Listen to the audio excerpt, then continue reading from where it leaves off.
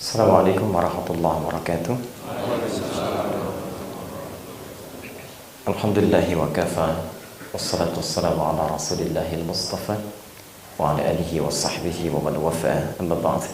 Fa ya ibadallah, usi nafsi wa iyyakum bi taqwallahi faqad faza al-muttaqun. Fala tamutunna illa wa antum muslimun. Faqala ta'ala ya ayyuhalladzina amanu taqullaha haqqa tuqatih wa la tamutunna illa wa antum muslimun. Saudara-saudariku, Bapak dan Ibu sekalian, ya, semoga Allah Subhanahu wa taala memberikan rahmat pada kita semua dan pemirsa Akhir TV, Madaring TV dimanapun Anda berada. Alhamdulillah, pagi ini kita diberikan oleh Allah kesempatan kembali untuk menjalani kehidupan. Semoga hidup kita di hari ini mendapat bimbingan dari Allah Subhanahu wa taala sehingga insya Allah bisa lebih baik dibandingkan dengan hari-hari sebelumnya yang telah kita lalui. Penting diingat, Nabi SAW mengajarkan pada setiap muslim yang beriman saat mulai bangkit dari tidurnya untuk memohon satu bimbingan dari Allah Subhanahu wa taala melalui doa yang bahkan dari kecil sudah kita hafalkan. Tercantum dalam hadis riwayat Abu Daud nomor hadis 1397, diriwayatkan dari Abdullah bin Abbas radhiyallahu taala anhuma. Perhatikan kalimat yang kita bacakan, ya. Alhamdulillahilladzi ahyana ba'dama amatana wa ilaihin nusyur.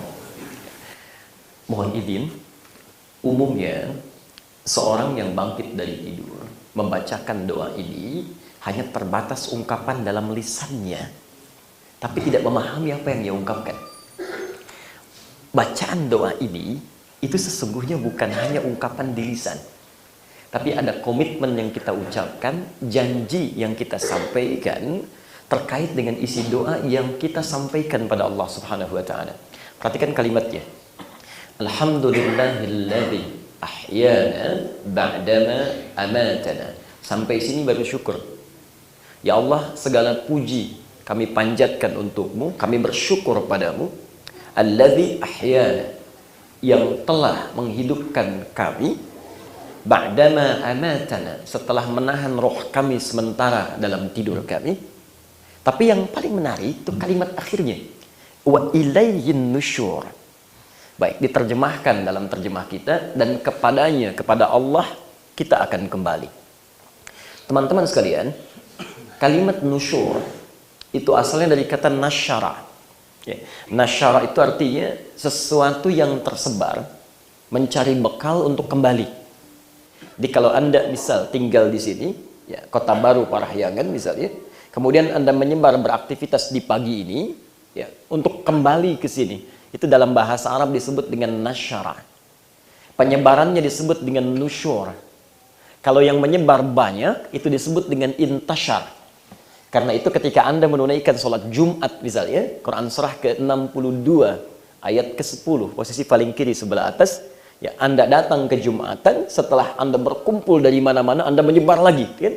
Fa idza qudiyatis salatu fantashiru, menggunakan kata intashar dari kata nasyar. Tapi ingat, ya, nasyara ini nusyur, bertebaran, cari bekal untuk kembali. Yang paling menarik ketika Anda mengatakan nusyur, disandingkan kalimatnya dengan ilaih, ya, kepada Allah Subhanahu wa taala. Jadi, maaf, seakan-akan kita mengatakan, ya Allah, kami saat ini akan menyebar beraktivitas, melakukan banyak kegiatan, tidak sekedar bekal, tidak sekedar melakukan kegiatan, tapi kami akan mencari bekal ilaih, sebagai bekal kami untuk kembali kepadamu. Jadi ketika Anda mengatakan kalimat itu, wa ilaihin nusyur, Anda berkomitmen untuk mencari bekal di hari ini lebih baik dibandingkan dengan hari-hari sebelumnya. Jadi kalau ada di antara kita diberikan kesempatan oleh Allah hidup lagi saat ini, hakikatnya kita katakan, ya Allah, kami akan lebih baik dibandingkan dengan hari kemarin. Jadi kalau kemarin di antara kita, mohon maaf, ya, sholatnya masih 5 waktu, 17 rakaat, maka kita katakan hari ini mesti lebih baik dibandingkan dengan hari yang kemarin. Hari ini kita tambah dengan sunnahnya. Kemarin tidak baca Quran, sekarang kita mulai baca Quran. Kemarin lupa misalnya, Masya Allah, kita makan tidak mengucapkan doa, sekarang gunakan doanya. Kemarin lupa kita bekerja tidak diniatkan karena Allah, sekarang kita niatkan karena Allah. Jadi ketika Anda mengatakan wa ilaihin nusyur, Anda berjanji hari ini bisa lebih baik dibandingkan dengan hari kemarin. Demi Allah saya katakan, Bapak Ibu sekalian, kami baru hadir dari beberapa daerah, termasuk saya baru kembali dari Saudi kemarin di hari Rabu. Itu Masya Allah. Sampai saya ungkapkan kemarin di Bandung. Ya, demi Allah saya katakan, sekarang orang untuk berburu meningkatkan ibadah itu persaingannya begitu ketat, Pak. Di Masjid Al-Haram saja saat ini orang-orang untuk mendapatkan nikmat satu kali sholat mendapatkan 100.000 kali pahala. Itu ada orang yang mengumpulkan harta benda untuk sekedar sholat di sana saja, Pak. Dan mereka rela meninggalkan pakaian-pakaian terbaiknya. Saya saksikan, saya seringkali menangis kalau melihat teman-teman seperti itu. Itu kalau menggunakan pakaian jauh dibandingkan pakaian yang Anda lekatkan saat ini. Mungkin lebih layak digunakan kain pel kalau di tempat kita saat ini. Ya. Tapi Masya Allah, ya, mereka tinggalkan segala kenikmatan yang barangkali dalam sementara pandangan orang ini yang paling hebat. Tapi Masya Allah, mereka kumpulkan uangnya, jual yang terbaiknya, gunakan seadanya. Apa yang mereka inginkan? Supaya bisa sholat lebih baik dibandingkan dengan sebelumnya. Yang penting saya dapat 100.000 dalam pandangan Allah Subhanahu Wa Taala. Ya, sebagian orang mengecilkan mereka, tapi pahalanya dalam pandangan Allah luar biasa. Kita barusan sholat, Alhamdulillah. Tapi dibandingkan dengan orang sholat yang di Masjidil Haram sana, bedanya 100.000 kali. Sekali sholat, itu sama dengan 100.000 kali kita sholat di tempat ini. Atau di luar tempat Al-Masjidil Haram. Jadi kalau kita tidak memulai lebih baik dibandingkan dengan hari kemarin, kita tertinggal, Pak, Bu. Ya. Ada anak-anak kecil sekarang, ya, kami safari di Indonesia saja, bukan di Timur Tengah ini. Sekarang di Indonesia saja, beberapa daerah, anak-anak kita yang berusia 4-5 tahun, itu sekarang sudah mulai pada menghafal Quran, bahkan kami temukan ada satu tempat yang usia 5 tahun itu rata-rata sudah setengah Quran. Ada anak diberikan 4 tahun, 5 tahun, masih belum berlaku taklif kewajiban ibadah, sudah menghafalkan Quran sampai dengan setengah Quran, 15 juz. Anda diberikan 40 tahun, 50 tahun, 60 tahun sampai hari ini, apakah untuk sekedar baca Quran saja sudah tergerak? Jangan-jangan mohon maaf, Al-Quran tiap hari dibaca, Al-Quran tidak pernah disentuh, gitu kan? Sementara Anda mengatakan, Masya Allah, hari ini masih lebih baik dibandingkan dengan hari-hari sebelumnya. Maka kita berdoa kepada Allah Subhanahu Wa Taala, semoga hari ini kita mendapat bimbingan dari Allah Subhanahu Wa Taala, mudah-mudahan dijadikan lebih baik dibandingkan hari-hari sebelumnya. Dan semoga Allah berkenan menerima salat yang telah kita tunaikan menjadi ibadah dengan ikhlas pernah kita kerjakan pada Allah Subhanahu Wa Taala. Bahkan maaf ya, di dalam Quran ada sindiran yang halus tapi tajam. Ya, Allah menyindir dengan halus tapi tajam di Quran surah ke-29 ayat 45 itu. Bahkan umumnya orang yang sholat pun kata Al-Quran itu tidak paham apa yang dibaca dan dilakukan dalam sholatnya. Silahkan teman-teman cek sampai dengan subuh tadi yang kita tunaikan ini berapa persen dari bacaan sholat yang kita pahami. Jangan-jangan kita ribuan kali rukuk, ribuan kali sujud gak ngerti apa yang kita ucapkan, tidak paham apa yang kita lakukan. Bagaimana kita bisa khusyuk dengan sholat kita? Karena itulah Bapak Ibu sekalian, penting hari ini alhamdulillah kita kembali melihat ya, bagaimana cara kita memperbaiki amalan-amalan kita, seperti apa konsepnya lebih baik dibandingkan dengan hari-hari yang lalu, baik dalam ibadah kita ataupun dalam muamalah kita, sesuai dengan petunjuk Allah dan petunjuk Rasulullah SAW. Kajian kita hari ini, kita akan belajar tentang bekal Al-Quran dan petunjuk Nabi dalam memperbaiki dan mencari bekal di nilai-nilai kehidupan. Baik, saya agak cepat sedikit, ya, kita buat semacam metodologi kajian dulu atau manhaj cara kita membahas. Ya. Bapak Ibu sekalian dan teman-teman dimanapun Anda berada, ya, kita akan tampilkan dulu dengan cara belajar sesuai dengan dalil Qurannya dan hadisnya dulu. Ya. Jadi biasanya ada teman-teman yang menyampaikan ya, satu materi lalu dibahas di situ, ditampilkan dalilnya. Sekarang kita tukar, kita keluarkan petunjuk Qurannya, kita keluarkan petunjuk hadisnya, baru kita turunkan dari situ urutan-urutan bahasan kita. Baik. Mohon izin, saya akan lebih banyak berdiri. Kalau kita kemudian mengatakan tadi, ya Allah, kami akan lebih baik hari ini dibandingkan dengan hari-hari sebelumnya. Bapak Ibu sekalian, saya turunkan dulu. Baik di dalam hadis itu dibagi pada dua bagian. Tinggal Anda nanti ingin memilih, silahkan. Ingin menjadi bagian yang mana? Ada baik yang pertama, ada baik yang kedua. Oke, hadis riwayat Al-Bukhari, nomor hadis 71, posisi paling kiri sebelah atas, dari Abu Hurairah. Saya turunkan sebentar. Hadis riwayat Al-Bukhari. Ya. Kalau Anda kemudian ingin membaca, kitab hadis Sahih Al-Bukhari, itu dalam ilmu hadis Anda mesti gunakan al ya. Jadi yang tepat dalam ilmu hadis bukan Bukhari tapi Al-Bukhari. Baik, karena ini bukan nama orang. Ya, Al-Bukhari, Bukhari bukan nama orang. Nama aslinya Muhammad. Punya bapak namanya Ismail, punya kakek namanya Ibrahim, punya kakek buyut namanya Al-Mughirah, punya eyang buyut namanya Al-Bardizbah. Tinggal di Kecamatan Ju'afah, Kabupaten Bukhara, Provinsi Khorasan, negara Uzbekistan sekarang. Nah, kalau ada orang non-Arab datang ke Arab kemudian untuk belajar, umumnya memperkenalkan dengan nama daerahnya. Ya, tidak dengan nama dirinya. Untuk menunjukkan pesan bahwa Islam telah sampai ke tempat saya, ini buktinya saya masuk Islam. Maka rumus mengenalkan daerah, kita beri ilmu sebentar, ya. Ditambah al di depan nama daerahnya, ujungnya diganti dengan i, atau huruf sebelum akhir diganti dengan i. Muhammad berasal dari Bukhara, ya, tambah al di depannya, al ujungnya ganti dengan i, Al-Bukhari. Maksudnya saya berasal dari Bukhara. Jelas ya? Orang tua kita dulu ada yang berangkat sampai jadi guru besar di Masjid Al-Haram sampai mengajar di sana. Syekh Nawawi dari Banten. Ya, beliau perkenalkan namanya Banten tambah al di depannya, Al-Bantani. Ada guru besar, ya, maha guru saat itu mengajar di Masjid Al-Haram sampai ada ulama-ulama besar masa kini yang belajar juga dari beliau. Itu orang Minangkabau. Ya, namanya Syekh Ahmad Khatib. Dikenal dengan Syekh Ahmad Khatib Al-Minangkabawi.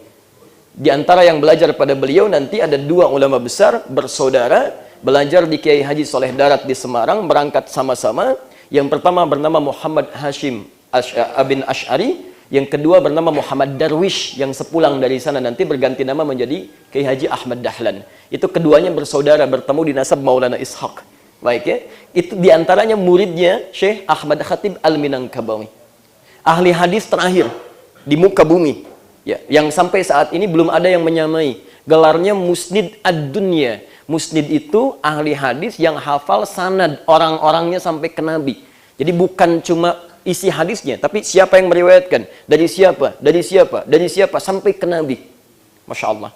Itu bukan orang Arab, bukan orang Arab, tapi orang Padang. Syekh Yasin Al-Padangi.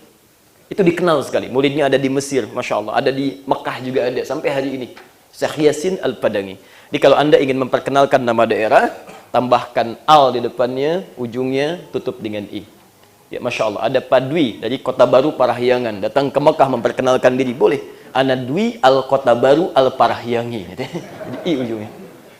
Baik. Al-Bukhari nomor hadis 71, riwayat Abu Hurairah. Ya, baik. Teman-teman, saya bacakan cepat karena waktu kita terbatas. Man yuridillahu bihi khaira. Kata Nabi, siapapun yang diinginkan oleh Allah berubah jadi orang baik, punya sifat-sifat kebaikan. Jadi dalam hadis ini, ya, Nabi SAW membedakan nilai kebaikan. Satu, ada yang baik menurut Allah, Khalik. Ada yang baik menurut manusia. Perhatikan, di sini Anda kemudian bisa memilih. Ya, Anda bisa memilih. Man yuridillahu bi khaira. Kata Nabi, siapapun yang diinginkan oleh Allah berubah menjadi orang baik, memiliki sifat-sifat kebaikan, Masya Allah. Anda disebut baik, maaf ya, oleh orang di sini, di Kota Baru Parahyangan, di KBP, Anda disebut orang baik. Demi Allah saya katakan, orang Bandung belum tentu menilai Anda baik. Se-Bandung menyebut Anda baik, tapi orang Jakarta belum tentu kenal dengan Anda. Masya Allah, se-Indonesia mengenal Anda baik, orang Afrika mimpi pun belum pernah melihat Anda. Jadi kalau manusia mengatakan baik di satu tempat, yang lain belum tentu mengatakan iya. Tapi kalau Allah sudah mengatakan Anda baik, maka semuka langit dan bumi mengatakan Anda yang terbaik. Anda yang terbaik. Jika Allah menginginkan seseorang menjadi baik, apa yang dilakukan pertama kali? Perhatikan kalimatnya. Yufaqihu fiddin. Saya ulang. Yufaqihu fiddin. Maka tanda yang pertama, Allah akan bimbing orang ini, diberikan kelembutan di hatinya, diringankan langkahnya untuk mau belajar memahami tentang agamanya. Masya Allah. Mohon izin Bapak Ibu sekalian, teman-teman, kata para ulama hadis, hadis ini memberikan kesan bahwa tanda kebaikan pertama itu tidak melulu terletak kepada aspek-aspek duniawi. Jadi kalau Anda mengalami peningkatan kedudukan misalnya, Alhamdulillah ada promosi jabatan, kedudukan meningkat.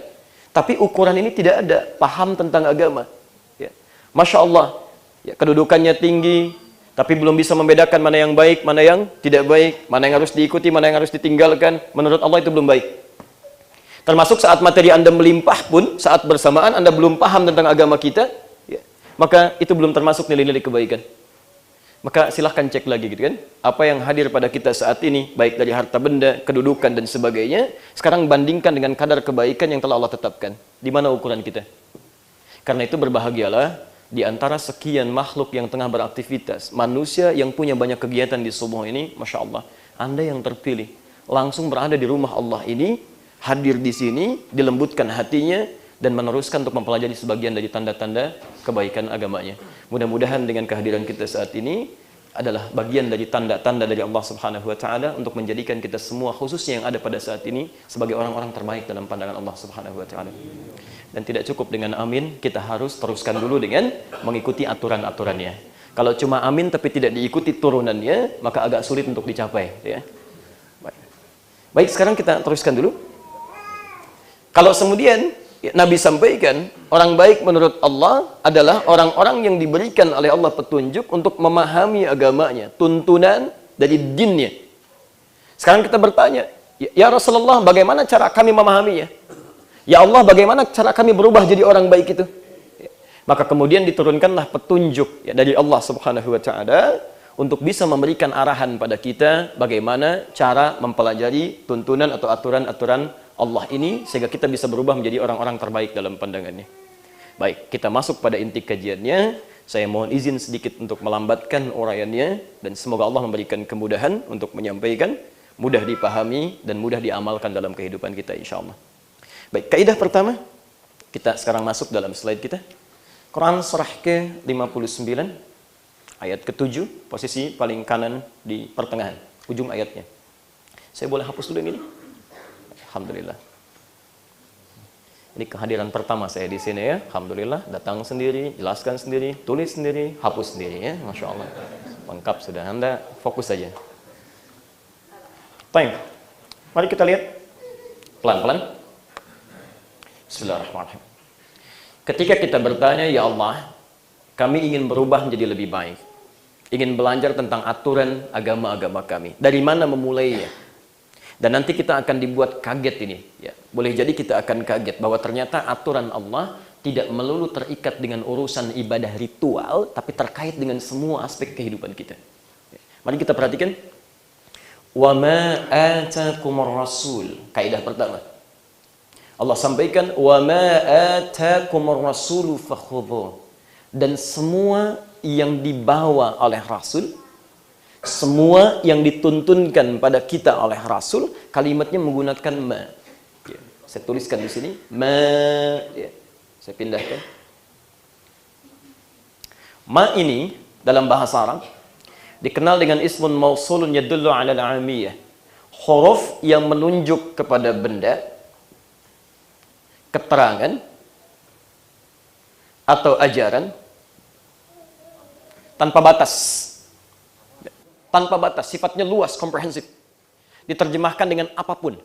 Seakan-akan Quran ingin mengatakan, apa saja yang dibawa oleh Nabi, apapun itu.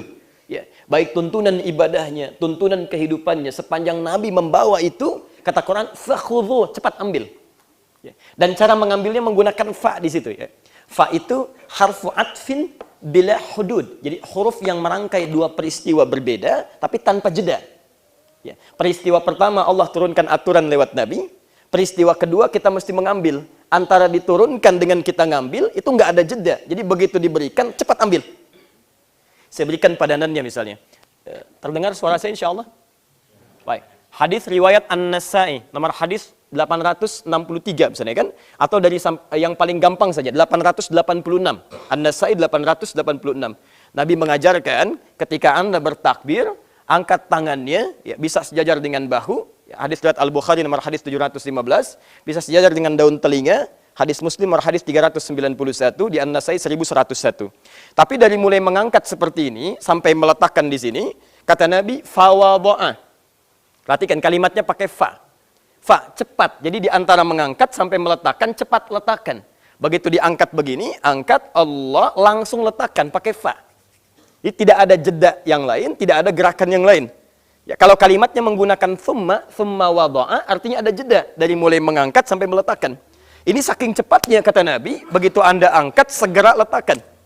Karena itu para ulama sepakat di sini tidak ada yang berbeda, dari mulai mengangkat sampai meletakkan itu tidak ditemukan gerakan-gerakan yang lainnya. Misal saya beri contoh ya. Ya ada sementara misalnya sahabat-sahabat kita, oh kayaknya nggak enak kalau kemudian bertakbir kiri duluan.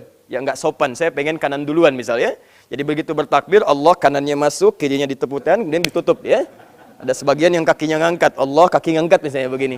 Nah, itu mohon maaf, saya tidak bermaksud untuk mengecilkan atau menyalahkan ya. Tapi ternyata setelah diteliti, kami alhamdulillah punya koleksi 1235 kitab hadis di rumah. Dari yang paling sahih sampai yang paling palsu. Itu di kitab hadis palsu pun tidak ditemukan. Jadi pemalsu hadis pun tidak tertarik memalsukan hadis ini karena sudah jelas gitu. Jadi begitu diangkat langsung letakkan. Nah, jadi teman-teman sekalian, maksud saya ingin terangkan huruf fa yang ada di sini. Begitu Nabi berikan aturan, cepat ambil. Ya, cepat ambil. Jadi seakan-akan ini penting loh. Ini penting gitu. Ya. Saking pentingnya, Masya Allah. Quran surah ke-2 Al-Baqarah ayat 129. Posisi paling kiri sebelah atas. Quran surah 2 ayat 129. Pelan-pelan. Saking pentingnya segala ketentuan aturan yang dibawa oleh Nabi ini, itu sampai diingatkan oleh dua orang Nabi dan Rasul sebelum kelahiran Nabi Muhammad SAW. Sampai diingatkan dan dimohonkan kepada Allah supaya umatnya bisa mengikutinya. Ya, saya berikan gambaran bahasa Qurannya. Quran surah kedua Al-Baqarah ayat 129. Nabi Ibrahim dan Nabi Ismail alaihi wassalam setelah selesai meninggikan bangunan Ka'bah. Awas hati-hati ya, bukan membangun Ka'bah tapi meninggikan bangunan Ka'bah. Ka'bah siapa yang bangun? Halo? Oh, nggak usah ngarang ya, kita kembalikan ke Quran aja dulu. Baik ya, Quran surah ketiga Ali Imran ayat 96 misalnya, posisi sebelah kiri paling pertengahan. Inna awwala baitin wudi'a linnas. Sungguh rumah pertama yang dibangunkan untuk manusia. Bahasanya bukan manusia yang bangun, tapi dibangunkan untuk manusia. Jadi ketika manusia pertama turun ke muka bumi, itu Ka'bah sudah ada. Jelas ya? Itu bahasa Qurannya. Ya. Siapa manusia pertama yang diturunkan ke bumi? Tahu dari mana? Ah, ya. Baik, baik. Quran surah kedua Al-Baqarah, kan? Ayat ke-38, posisi paling kanan sebelah atas. Ya, itu Nabi Adam. Qul nahbitu minha jami'a. Kami firmankan mulai saat ini turun kalian semua ke bumi. Siapa yang disuruh turun itu? Baik, Al-Baqarah ayat 31, posisi paling kiri sebelah atas. Wa 'allama Adamal asma'a kullaha. Adam yang turun ke muka bumi. Di saat Adam diturunkan ke bumi, Ka'bah sudah ada. Ya. Tapi nanti ya, setelah Adam kemudian berkeluarga, punya keturunan-keturunan, nanti di masa Nabi Nuh alaihi salam terjadi banjir besar itu. Banjir ini kemudian, menyapu bangunan-bangunan atas Ka'bah. Dari zaman Nabi Nuh ke Nabi Adam ada kisaran 5 sampai dengan 6 generasi. Setiap generasi paling minimal itu hidupnya sampai 1000-2000 tahun. Ya, Nuh alaihissalam bin Mihlail bin Matusyyanah bin Kinan bin Anwas bin Thith bin Adam alaihissalam. Dari Nabi Nuh ke Nabi Adam. Ini terhapus, tersisa pondasinya. Dalam bahasa Arab pondasi, kalau satu saja, itu disebut dengan qaidah. Tapi kalau sisinya lebih daripada 1, 2, 3, 4, bahkan 3 sampai lebih, ya, itu berubah dari qaidah menjadi qawaid. Qawaid. Sekarang perhatikan, Ka'bah ada berapa sisi? 4. Berapa pondasi? 4. Karena itu kalimatnya bukan kaidah tapi qawaid. Ya, 4 sisi pondasi Ka'bah. Di masa Nabi Ibrahim dan Nabi Ismail alaihi wassalam diperintahkan Nabi Ibrahim untuk meninggikan kembali pondasi Ka'bah. Jadi bukan membangun Ka'bah, tapi meninggikan kembali pondasi Ka'bah. Diabadikanlah kisahnya di Quran surah kedua Al-Baqarah ayat 127, posisi paling kiri sebelah atas. Meninggikan bahasa Arabnya rafa'a, akan meninggikan yarfa'. Lihat kalimatnya, wa idh yarfa'u Ibrahimul qawaid minal bait. Dan pelajarilah, ingatlah ketika kami perintahkan pada Ibrahim untuk meninggikan kembali pondasi Ka'bah.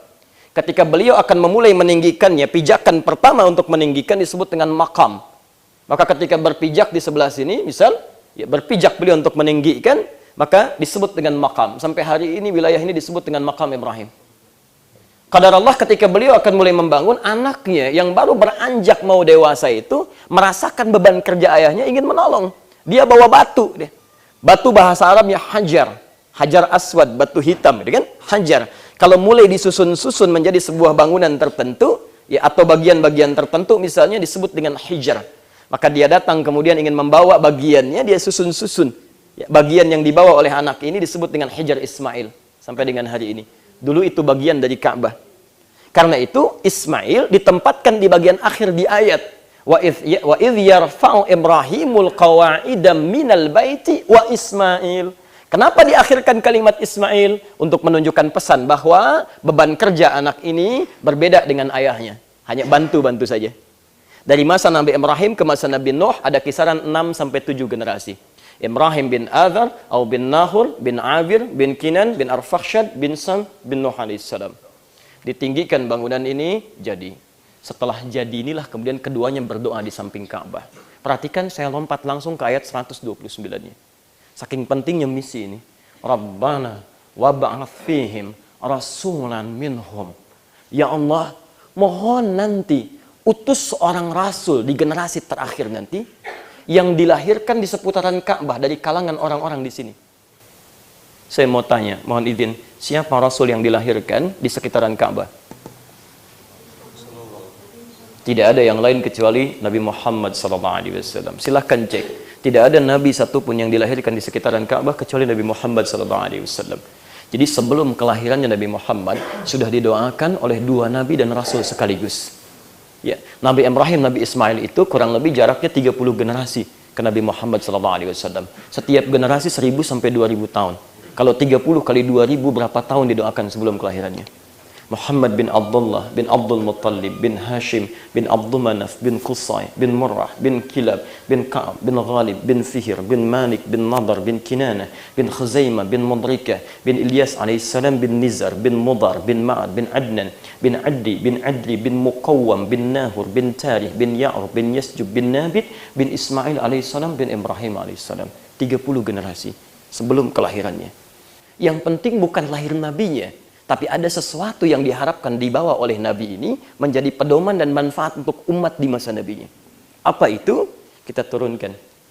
Yatslu alaihim ayatika. Ya Allah, utus seorang rasul yang nanti lahir di sekitaran Ka'bah dari kalangan orang-orang di sini. Yang dia membawa tuntunan, satu, yatslu alaihim ayatika. Membacakan, menyampaikan petunjuk ayat-ayatmu, petunjuk kehidupan. Ini satu, petunjuk Allah. Tidak disebutkan ayat kecuali petunjuk Allah. Jadi kalau kita ingin beraktivitas, bagaimana aktivitasnya supaya mudah? Ada petunjuk Allahnya. Ada petunjuk Allahnya. Ya. Nanti dalam bahasa Quran, semua petunjuk ini disebut dengan hudan. Ya. Nabi Adam ketika turun diberikan petunjuk disebut dengan hudan. Quran surah kedua ayat 38, posisi paling kanan sebelah atas.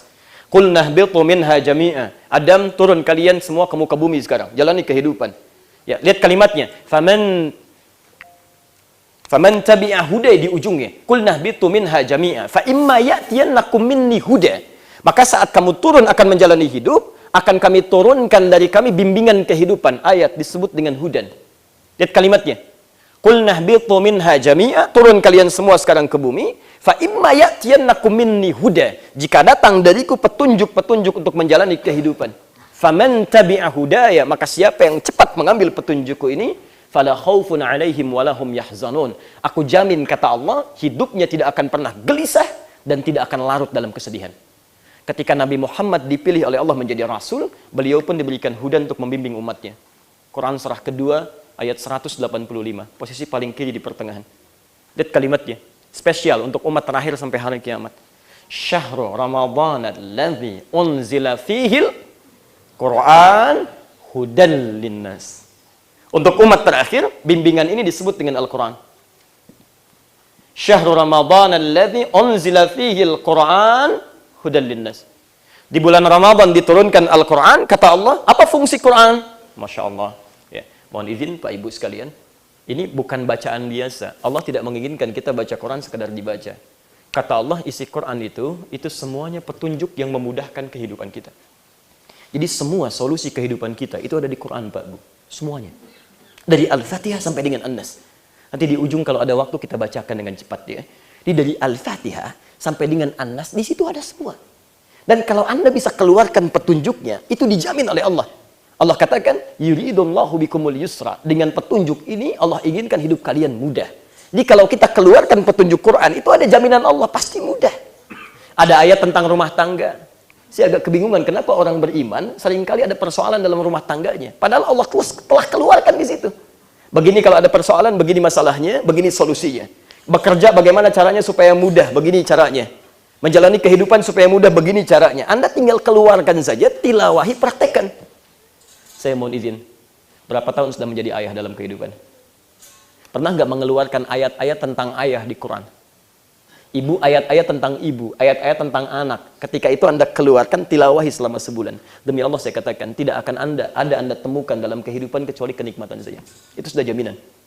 Ya. Wala yuridu bikumul usra, dan kami tidak menginginkan Anda susah. Jadi kalau ada orang yang hidupnya susah, yang salah bukan Allah, kita nggak baca petunjuknya. Baik, dari bagaimana cara membaca petunjuk ini? Ya, bagaimana cara membaca petunjuk ini? Saya turunkan cepat.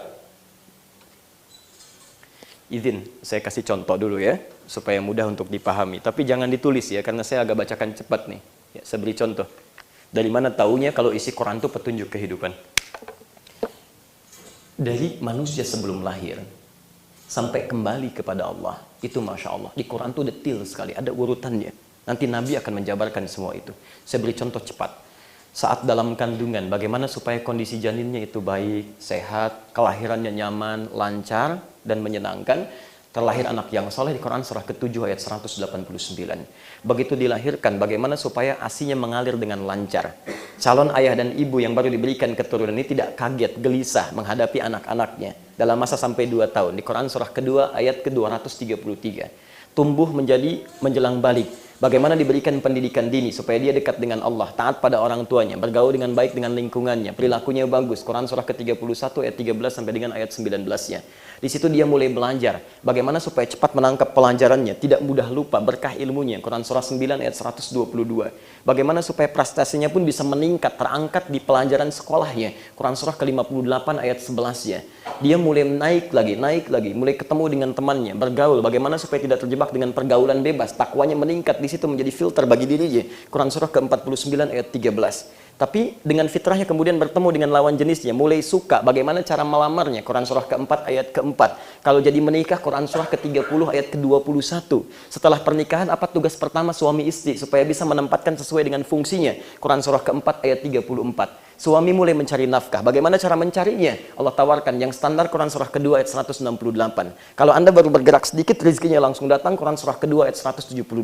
Anda belum bergerak, baru berdoa, rezeki sudah menghampiri Anda. Quran surah ke-7 ayat ke-96. Bagaimana dengan tugas ibu? Kadang-kadang merawat rumah tangga tidak mudah. Anak-anak sulit diatur. Kadang-kadang mengatakan, bagaimana mengatasinya? Quran surah ke-17 ayat ke-23 sampai dengan 24-nya. Kadang-kadang dalam merawat rumah tangga atau Anda yang bekerja, tidak mudah menghadapi tantangannya. Ada di Quran surah kedua ayat 214. Bagaimana mengatasinya? Quran surah ketiga ayat 142. Kadang-kadang Anda capek, lelah. Selelah apa? Quran surah ke-26 ayat ke-80. Kadang ada yang sakit sampai dokter mengatakan, ini nggak ada obatnya, nggak mungkin sembuh nih. Vonisnya seperti ini. Kata Allah, tidak ada yang mustahil. Bisa diberikan. Seperti Allah menyembuhkan Nabi Ayub. Quran surah ke-21 ayat 83 sampai dengan 84. Anda bekerja, kadang tidak mudah. Ada yang iri dengan Anda, ingin menyungkurkan, menyingkirkan, ingin menyudutkan Anda. Bagaimana mengatasinya? Berlindung kepada Allah dengan Quran surah ke-17 ayat 79 sampai dengan 81. Tapi kadang-kadang ada masalah besar sampai membuat dada Anda sesak, mata seakan-akan tertutup. Ada solusinya di Quran surah ke-21 ayat 87 sampai dengan ke-88-nya. Sampai kemudian Anda tumbuh, alhamdulillah, rumah mulai luas, harta mulai berlimpah. Bagaimana cara mensyukurinya? Quran surah ke-14 ayat ke-7. Kalau ada persoalan, bagaimana sabar dalam menyikapinya? Quran surah kedua ayat 155 sampai dengan 157. Sampai Anda berumah tangga, tidak sadar usia sudah 40 tahun lebih, orang tua masih ada. Bagaimana cara membahagiakan keduanya? Mungkin sulit membalasnya, tapi Anda bisa mencoba Quran surah ke-46 ayat ke-15-nya. sampai Anda tumbuh lagi, merasakan sudah mulai ada banyak cucu, bagaimana menyiapkan mereka supaya bisa ke surga sama-sama? Quran surah ke-52 ayat ke-21. Lantas Anda bertanya, ya Allah, apakah saya akan hidup selamanya? Tidak. Kamu satu saat akan kembali kepada Allah. Kematian akan menghampiri kamu. Quran surah ketiga ayat 185. Bagaimana caranya ya Allah? Akan diutus malaikat maut untuk menjemput nyawamu. Quran surah ke-32 ayat ke-11 ya. Ya Allah, bagaimana cara menghadapi kematian itu? Apakah kematian itu mudah? Atau kadang-kadang menegangkan? Oh, kalau mudah boleh. Quran surah ke-89 ayat 27 sampai dengan ayat 30 ya. Ya ayat Tuhan nafsun mutmainnah. Gampang caranya. Kerjakan banyak amal soleh di situ. Tapi kalau kamu ingin sedikit menegangkan sambil dipukulin malaikat, boleh. Silakan. Quran surah ke-8 ayat ke-50. Ya Allah, bagaimana situasi alam kubur ketika kami pindah ke alam kubur? Kami tinggal di tempat yang luas, tamannya enak, luar biasa. Di alam kubur bagaimana? Kami tahu situasi malam pertama di alam dunia, tapi belum mengenal malam pertama di alam kubur. Pelajari Quran surah ketiga ayat 169 sampai 171. Nikmatnya luar biasa. Allah, ada nggak adab kubur? Oh, kalau pengen coba silahkan. Quran surah ke-40 ayat ke-46, 47. Anda bisa dapatkan di situ bagaimana gambaran orang yang selalu ditampakkan api neraka di dalamnya. Ya Allah, bagaimana nanti saat hari hisab? Kamu nggak usah pikirkan, beramal saja dari sekarang. Nanti kalau amal kamu baik, bisa melihat Allah langsung tanpa hijab saat kamu boleh dihisab di hari kiamat. Quran surah ke-75 ayat 22 sampai dengan 23. Tapi kamu mesti hati-hati. Ada orang juga yang banyak amal salahnya, tidak ada amal salehnya, langsung diberikan gambaran masuk neraka tanpa hisab. Itu ada di Quran surah ke-18 ayat 100 sampai dengan ayat 101-nya. Ya Allah, di surga bagaimana? Katanya nikmat. Kamu tinggal pilih. Mau surga yang paling indah bersama dengan Rasulullah, ikuti sunnahnya, ikuti petunjuknya. Quran surah ketiga ayat 31. Kalau kamu ingin di level yang kedua, taman surga, kenikmatannya langsung Allah yang berikan, nikmatnya luar biasa. Quran surah ke-51 ayat 15 sampai dengan ayat 23-nya. Kalau kamu ingin mendapatkan surga seluas langit dan bumi yang tidak ada batasnya, silahkan kamu beraktivitas di situ. Nggak ada ujungnya. Quran surah ketiga ayat 133 sampai 134. Sampai surga kelas ekonomi yang tidak disebutkan kecuali indahnya luar biasa. Mala ainun ra'at wala udhunun sami'at wala khatara ala qalbi bashar. Quran surah kedua ayat ke-25-nya itu. Ya Allah, bagaimana dengan neraka? Nggak usah banyak dipikirin, itu bukan tempat kamu di situ. Teman-teman sekalian, semuanya ada. Ada dari awal sampai akhir. Tinggal Anda pilih mau yang mana. Masuk masjid juga ada tuntunannya. Quran surah ke-9 ayat ke-18. Ya, bagaimana memakmurkannya? Antara masuk dengan keluar berbeda, doanya bisa berbeda. Semuanya ada. Anda melihat saja ada tuntunannya. Melihat tuh beda. Apa fungsi mata? Tuh, sudah salah.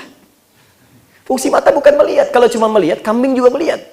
Tapi mata kambing tidak dihisab. Mata kita dihisab. Quran surah 17 ayat 36. Inna sam'a wal basara wal fu'ada kullu ulaika kana anhu mas'ula. Pendengaran kita, penglihatan kita, termasuk pikiran kita itu akan ditanya oleh Allah. Kambing tidak.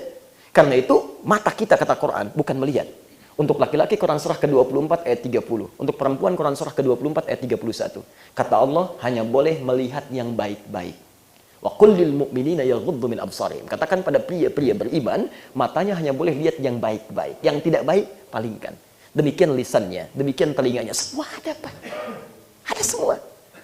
Ya. Jadi kalau hidup kita ini, maaf ya, ingin mudah kata Allah, keluarkan tuntunannya, ada semua di situ. Kalau hidup kita susah, yang salah bukan Allah. Kita nggak baca, nggak kita keluarkan tuntunannya. Anda mau ke masjid ini saja, Anda baca petanya. Maka kenapa dalam kehidupan yang kompleks Anda tidak keluarkan petanya? Yang dibaca itu aja gitu kan, dari mulai subuh sampai dengan isya. An-Nas lagi, alhamdulillah. Dan dikabulkan oleh Allah. Pantas mimpinya ketemu jin terus itu kan. Minal jinnati wan nas. Teman-teman sekalian, dari sini ini langsung oleh Nabi Ibrahim, Nabi Ismail didoakan supaya ketika Nabi terakhir datang itu beliau harus menyampaikan tuntunan ini. Dan tidak cukup menyampaikan. Kalau cuma disampaikan, bagaimana kita mempraktekannya? Turun ayat tentang sholat, Al-Baqarah 43. Wa aqimus sholat. Ya, tunaikan sholat. Tapi nggak tahu caranya, bagaimana? Maka tugas yang kedua, saya cukupkan pengantar sampai di sini. Wa yu'allimuhumul kitab. Mengajarkan isi Quran. Nah, ajarkan isi Al-Quran. Diajarkan isi hudan ini. Ya. Misal, maaf ya. Maaf. Kita sholat insya Allah. Insya Allah. Sehari berapa waktu? 5 waktu. Berapa rakaat? Masya Allah. Usia sampai sekarang masih 17 rakaat juga. Ya. Ada anak usia 5 tahun sudah sholat. Sama 17 rakaat juga. Anda dikasih 50 tahun. Masya Allah 17 rakaat juga. Anda butuh berapa tahun lagi untuk meningkat? Ya. Di Bekasi sekarang ada anak-anak usia 4-5 tahun. Masya Allah. Itu sebelum adzan maghrib, Pak. Sudah berlomba lari ke masjid. Sebelum dipanggil adzan. Ya, saat adzan mereka sholat berjamaah. Selesai adzan mereka i'tikaf, mengaji. Isya mereka berjamaah lagi. Selesai isya mereka evaluasi diri baru pulang ke rumahnya. Jadi kalau Anda datang ke masjid, baru adzan Anda datang, Anda kalah sama anak usia 4-5 tahun.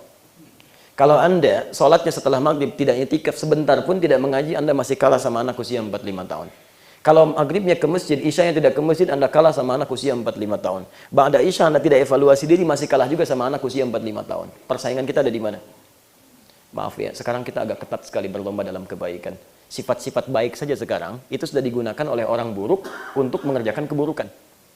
Ya, maaf, saat kita berlomba untuk kesabaran, orang-orang buruk pun sabar juga Pak, cuma ditempatkan di tempat yang buruk. Sekarang pencuri pada sabar Pak. Mencurinya pada sabar. Begitu mau buka rumah, nyongkel. Kok susah bos? Sabar aja, terusin dikit. Sabar tuh. Orang mencuri aja bisa sabar. Masa Anda ibadah nggak bisa sabar? Orang nonton bola Pak, ditungguin sampai sabar tuh. Jam 2 ditungguin. Masa Anda tahajud nggak bisa sabar? Orang baca Al-Quran bisa sabar. Anda baca Al-Quran nggak bisa sabar? Coba hadirkan kesabaran dalam jiwa kita. Karena itu ketika diberikan aturannya, diajarkan oleh Nabi, dituntut kita untuk berbuat sabar dalam menunaikannya. Maka turunlah sebenarnya ketentuan dari Quran, tidak cukup hanya sekedar menyampaikan, tapi ajarkan ya Rasulullah. Ya. Ada orang pernah menunaikan sholat di zaman Nabi. Namanya Khalad Az-Zuraiqi.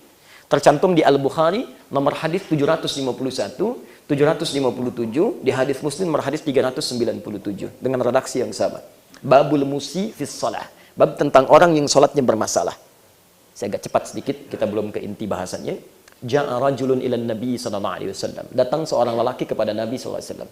Fadakhala ilal masjidin Nabawi, maka masuk ke masjid Nabi. Fasalla bi jambin Nabi, maka salat di samping Nabi langsung. Di awal masa Islam. Kemudian dia bertakbir sampai salam. Falamma sallama yaminan wa syamalan, ketika dia salam ke kanan dan ke kiri, faqala lahu Nabi sallallahu alaihi wasallam. Maka Nabi sallallahu alaihi wasallam langsung berkata pada orang itu, "Sholli fa innaka lam tusalli." Mas, Anda sholat lagi karena Anda belum sholat. Anda bayangkan, sudah selesai sholat, kata Nabi, Anda belum sholat. Fa'ada sholat thalatha marat. Dia mengulang sholatnya sampai 3 kali. Fayaqulun lahu Nabi sallallahu alaihi wasallam mithla ma kana. Maka Nabi sallallahu alaihi wasallam mengatakan pada orang ini sama dengan perkataan sebelumnya. Tolong Anda sholat lagi karena Anda belum sholat. Sahabat Nabi, hidup di zaman Nabi, dekat dengan Nabi, di awal masa Nabi, sholat di masjid Nabi, di samping Nabi. Menunaikan sholat tidak sesuai dengan ajaran Nabi. Belum pernah lihat Nabi seperti yang sempurnanya. Kata Nabi, ulangi sholatnya. Ada yang tidak tepat. Ada orang bukan sahabat Nabi, tidak hidup di zaman Nabi, bukan sholat di masjid Nabi, dan tidak di samping Nabi. Dia sholat dan merasa aman dengan sholatnya, itu mustahil. Mustahil itu kan? Karena itu Bapak Ibu sekalian, Nabi mengajarkan, kata orang ini, ya Rasulullah, ma'usinul ghairah. Ya Rasulullah, saya nggak bisa lebih baik lagi daripada ini. Alimni, tolong ajarkan saya. Sahabat Nabi, hidup di zaman Nabi, dekat dengan Nabi, dekat ke surganya tinggal beberapa langkah saja, mau belajar dengan Nabi. Ada orang bukan tetangga Nabi, keponakan Nabi juga bukan, jauh di masa Nabi, surga belum jelas, amalan berantakan, hisab menegangkan, nggak mau belajar. Ustadznya datang sendiri, tempatnya enak, ada bubur kacang hijaunya, Masya Allah direkam juga, nggak mau belajar juga, kurang apa lagi? Dengan cara apa lagi Anda mesti disentuh supaya mau belajar? Ya, Masya Allah gitu kan? Jadi teman-teman sekalian, menurut kami ada beberapa hal yang perlu kita renungkan dalam kehidupan. Kita akan meninggal. Itu saat kita akan pulang. Semua ini nggak ada nilainya nanti, kecuali kita gunakan untuk kepentingan ibadah. Karena itu kita kembalikan, saat Nabi mengajarkan sesuatu, kata Allah cepat ambil. Mak di sini tidak hanya menunjukkan aspek ritual saja, semuanya. Karena ternyata semua yang berasal dari Nabi, Masya Allah, bukan cuma urusan akhirat saja, tapi tercantum juga masalah dunia di Quran. Kita agak cepat sedikit, surah ke-33 ayat 21. Maaf, ini sampai jam berapa kita ya? Baik, silakan ya. Nggak apa-apa, tenang, ini baru mukaddimah, kita belum mulai intinya ini. Masya Allah, semoga Allah rahmati Anda semua ya. Silakan, mau sampai jam 10 boleh, saya jam 7 pulang ya. Untuk terusin. Pelan-pelan ya, sebentar, pelan-pelan. Quran surah ke-33 ayat 21 Al-Ahzab. Perhatikan kalimatnya. Ya Allah, ini kan banyak dari Rasul. Bagaimana cara kami ngambilnya? Termasuk meninggalkan larangannya. Ya. Fokus pelan-pelan, lihat sini. Ya. Maaf, kelihatan insya Allah? Wah, agak aneh ini. Apa yang kelihatan? Saya belum menulis apa-apa, lihat tuh. Nggak lapar kayaknya ya. Baik. Perhatikan sini. Laqad kana lakum fi Rasulillahi uswatun hasanah. Uswah hasanah. Perhatikan pelan-pelan. Ya, ini kaidah, kalimatnya singkat, sederhana, tapi isinya sangat padat. 1, perhatikan. Uswah. Uswah ini Satu artinya sesuatu yang selalu menjadi teladan, yang terbaik. Ya, pelan-pelan. Fokus ya, fokus. Kalau disebutkan uswah, berarti sesuatu yang terbaik, paling baik. Jadi kalau ada yang mengajarkan sebuah tuntunan, kemudian Nabi membawa tuntunan, maka yang dari Nabi itu yang terbaik. Tinggalkan yang lain, ambil yang dari Nabi. Bisa, di pelajaran di sekolah diajarkan, makan sambil duduk ya, makan dengan tangan kanan, itu baik. Tapi Nabi mengatakan, idza quddimat ta'am, kalau makanan sudah dihidangkan, faltaqna, maka qanaah, jangan persoalkan yang tidak ada, cukupkan dengan yang ada. Nikmati itu. Khudh biyaminika, ambil dengan tangan kananmu, mayalika yang paling dekat, sambillah, kemudian sebut nama Allah. Bismillah, bismillahirrahmanirrahim. Maka petunjuk Nabi itu yang terbaik. Jelas di sini? Itu baru makan, belum jalannya, belum nengoknya, belum macam-macamnya. Baik. Uswah yang kedua, artinya keteladanan yang meluas sifatnya. Jadi kalau ada orang belajar dari Nabi Sallallahu Alaihi Wasallam, misal, kemudian dia belajar, maka orang ini akan jadi teladan. Lalu ada orang belajar lagi dari sini, maka orang ini akan jadi teladan.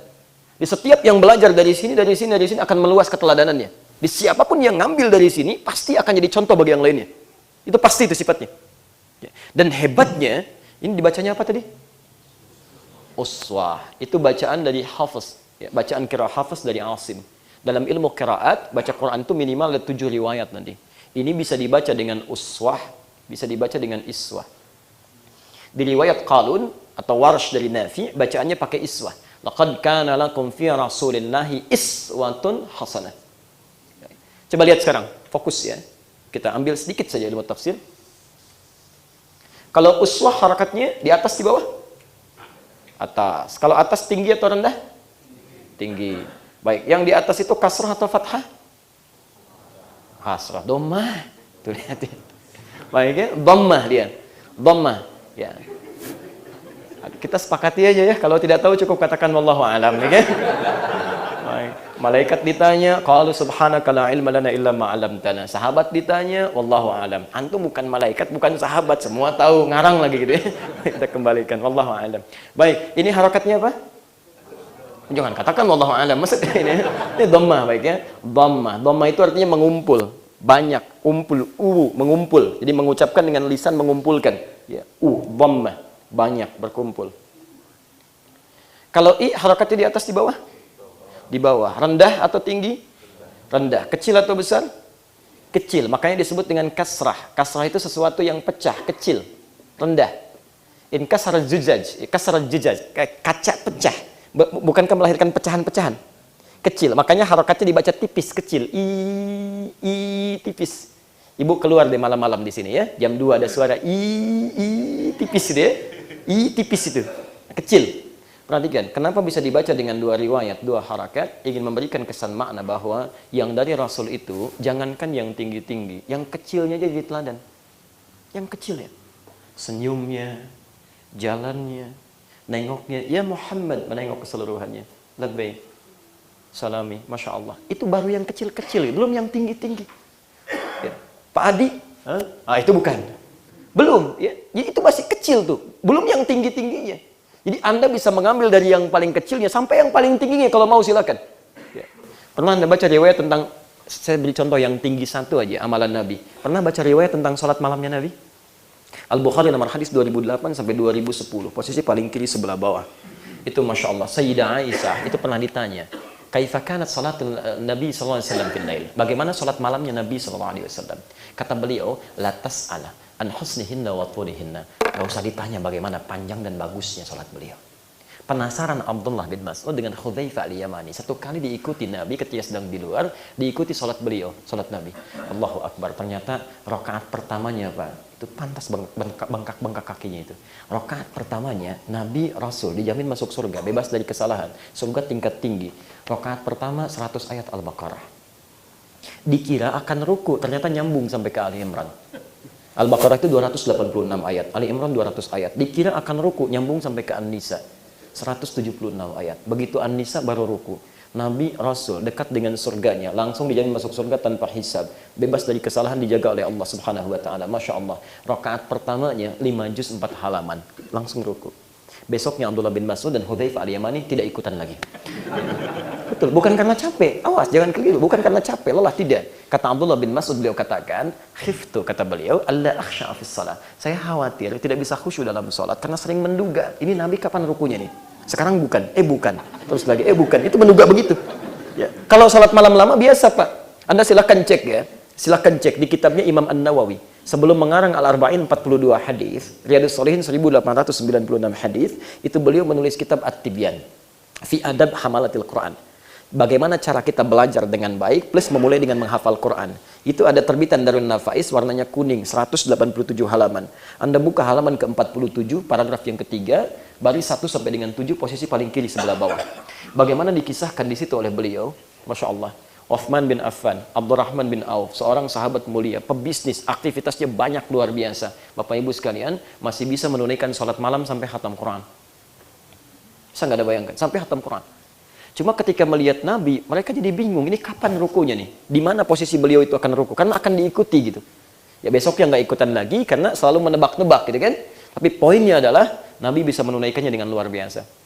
Nabi Rasul dijamin masuk surga, dekat dengan Allah, bebas dari kesalahan, surganya langsung tingkat paling tinggi. Masya Allah. Salat malamnya rakaat pertama bengkak-bengkak kaki 5 juz 4 halaman.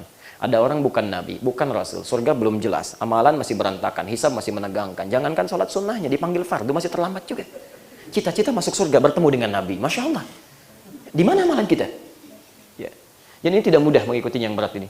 Ya, saya pernah ngajar di Bekasi, ada gerhana Pak, khusuf. Itu komunitasnya senang dengan tuntunan Nabi. Begitu saya mau pimpin sholat, saya berbalik dulu, saya katakan, Bapak Ibu sekalian, ini ada sholat gerhana, jarang-jarang ada seperti ini, pahalanya banyak. Ya, ingin kita pastikan sesuai dengan Nabi SAW atau ingin mencoba menyesuaikan mirip-mirip dulu? Ustaz, sesuai dengan Nabi. Kapan lagi kita mendapatkan seperti ini? Pahalanya banyak katanya. Baik, sebelum saya lakukan, saya sampaikan dulu, sholat gerhana itu 2 kali ruku, 2 kali sujud. Karena 2 kali ruku, suratnya ada 4. Di setelah baca surat, ruku, bangun lagi, baca surat lagi. 4 ini mohon izin, surat pertama kalau ingin persis seperti Nabi, saya akan baca Al-Baqarah sampai selesai. Surah kedua Ali Imran sampai selesai, surah ketiga An-Nisa sampai selesai, yang keempat baru Sabbihisma Rabbikal A'la. Tanpa saya tanya lagi, hampir semua mengangkat tangan. Ustaz, mirip-mirip Nabi aja. Turun gitu ya. Jadi kita bisa ambil yang sekiranya mudah untuk kita kerjakan tanpa membebani kita. Silakan. Salat malam kalau belum bisa 11, mulai dengan 2 rakaat dulu. Witirnya 1, tambah lagi. Kalau Anda bisa kerjakan ini, ikuti Nabi dalam setiap kehidupan, perhatikan. Maka hasanah. Hasanah itu bukan hanya mendapatkan kebaikan. Hasanah itu kebaikan yang melahirkan pahala. Jadi setiap Anda ikuti Nabi, alhamdulillah, itu ada pahalanya. Anda minum, orang lain minum. Fungsi minuman menghilangkan haus. Jadi ketika Anda minum, orang lain minum pun sama-sama hausnya hilang. Cuma Anda ikuti Nabi, bismillah, Anda minum, Anda dapat pahala. Orang lain tidak. Jelas sampai sini? Makanya orang Islam selalu berdoa kepada Allah supaya dunianya dapat pahala, akhiratnya dapat pahala. Doa paling favorit apa? Rabbana atina fid dunya hasanah wa fil akhirati wa qina. Doa apa itu? Ini doa sapu jagat ya. Ada doa sapu jagat, ada doa sapu nggak ada jagatnya, ada doa jagat nggak ada sapunya. Cuman Anda yang punya istilah ya. Itu Al-Baqarah ayat 201, posisi paling kanan sebelah bawah. Nah, jadi ketika Anda mendapatkan dunia, rumah baik, alhamdulillah. Tapi bagaimana caranya rumah itu ada pahalanya? Bagaimana kendaraan ada pahalanya? Hasanah. Di akhirat dapat hasanah. Dengan kebaikan pahala itu, dijamin mendapatkan surga tertinggi, bebas dari neraka. Nah, yang penting Anda tahu, di sini inti kajiannya. Bagaimana cara Nabi mengajarkan pada para sahabat di masanya, seperti apa sampai kepada kita, ini yang harus kita pelajari, karena sekalipun kita semangat salah cara belajarnya, maka jadi masalah nanti dalam prakteknya. Jelas sampai sini? Nah, kita turunkan sekarang. Jangan khawatir, saya berikan waktu untuk syuruk nanti ya. Jadi teman-teman tenang saja. Nanti saya terangkan apa itu syuruk, ya, supaya tidak keliru. Bismillah. Wah, ini materinya penting sampai komputernya jadi kaget gitu ya, nggak susah digerakkan. Bismillah. Alhamdulillah. Baik, sekarang perhatikan tuntunan Nabi tadi, ya, dari Al-Quran dan ajaran Nabi. Fokus ke yang tadi dulu ya. Yang dari Allah, ayat-ayat tadi disebut dengan apa? Masih ingat? Orang yang belajar, kata para ulama dibagi 4 bagian. Cepat ingat, lambat lupa. Yang kedua, cepat ingat, cepat lupa. Yang ketiga, lambat ingat, lambat lupa. Yang keempat, lambat ingat, cepat lupa. Anda yang mana? Masya Allah. Mau ingat lambat Ustaz. Paham Bapak Ibu sekalian? Tidak Ustaz, diterangkan lagi sampai setengah jam. Paham? Tidak. Begitu ingat lupa dia. Baik, ingat, masih ingat? Allah menitipkan ayat-ayat untuk disampaikan oleh Nabi kepada umatnya. Ayat-ayat itu disebut apa? Hudan. Khusus bagi Nabi, hudannya disebut apa? Al-Quran. Jadi isi Quran diturunkan oleh Allah supaya disampaikan oleh Nabi SAW. Kemudian Nabi bukan cuma menyampaikan tapi mengajarkan. Ajarannya disebut dengan hadis. Ingat betul ini ya. Ajarannya disebut dengan hadis. Kalau Nabi praktekkan, Nabi sendiri mempraktekkan ajaran itu disebut dengan sunnah. Jadi nanti ada petunjuk Nabi yang Nabi sendiri tidak mengerjakan karena konteks yang berbeda nanti. Ya, ada petunjuk Nabi yang langsung Nabi juga kerjakan itu. Ya, langsung Nabi kerjakan. Nah, itu disebut dengan Al-Quran petunjuknya, prakteknya disebut dengan apa? Sunnah. Nah, Al-Quran dan Sunnah ini saat diajarkan oleh Nabi menjadi hukum, hukumnya disebut dengan fikih. Jelas? Baik. Fikih itu asalnya paham. Paham, asalnya bukan hukum, asalnya paham. Jadi maksudnya kalau Anda ingin belajar Al-Quran dan belajar isi Sunnah, mesti sampai paham. Jangan cuma baca, lihat terjemah, praktekkan. Belum tentu benar.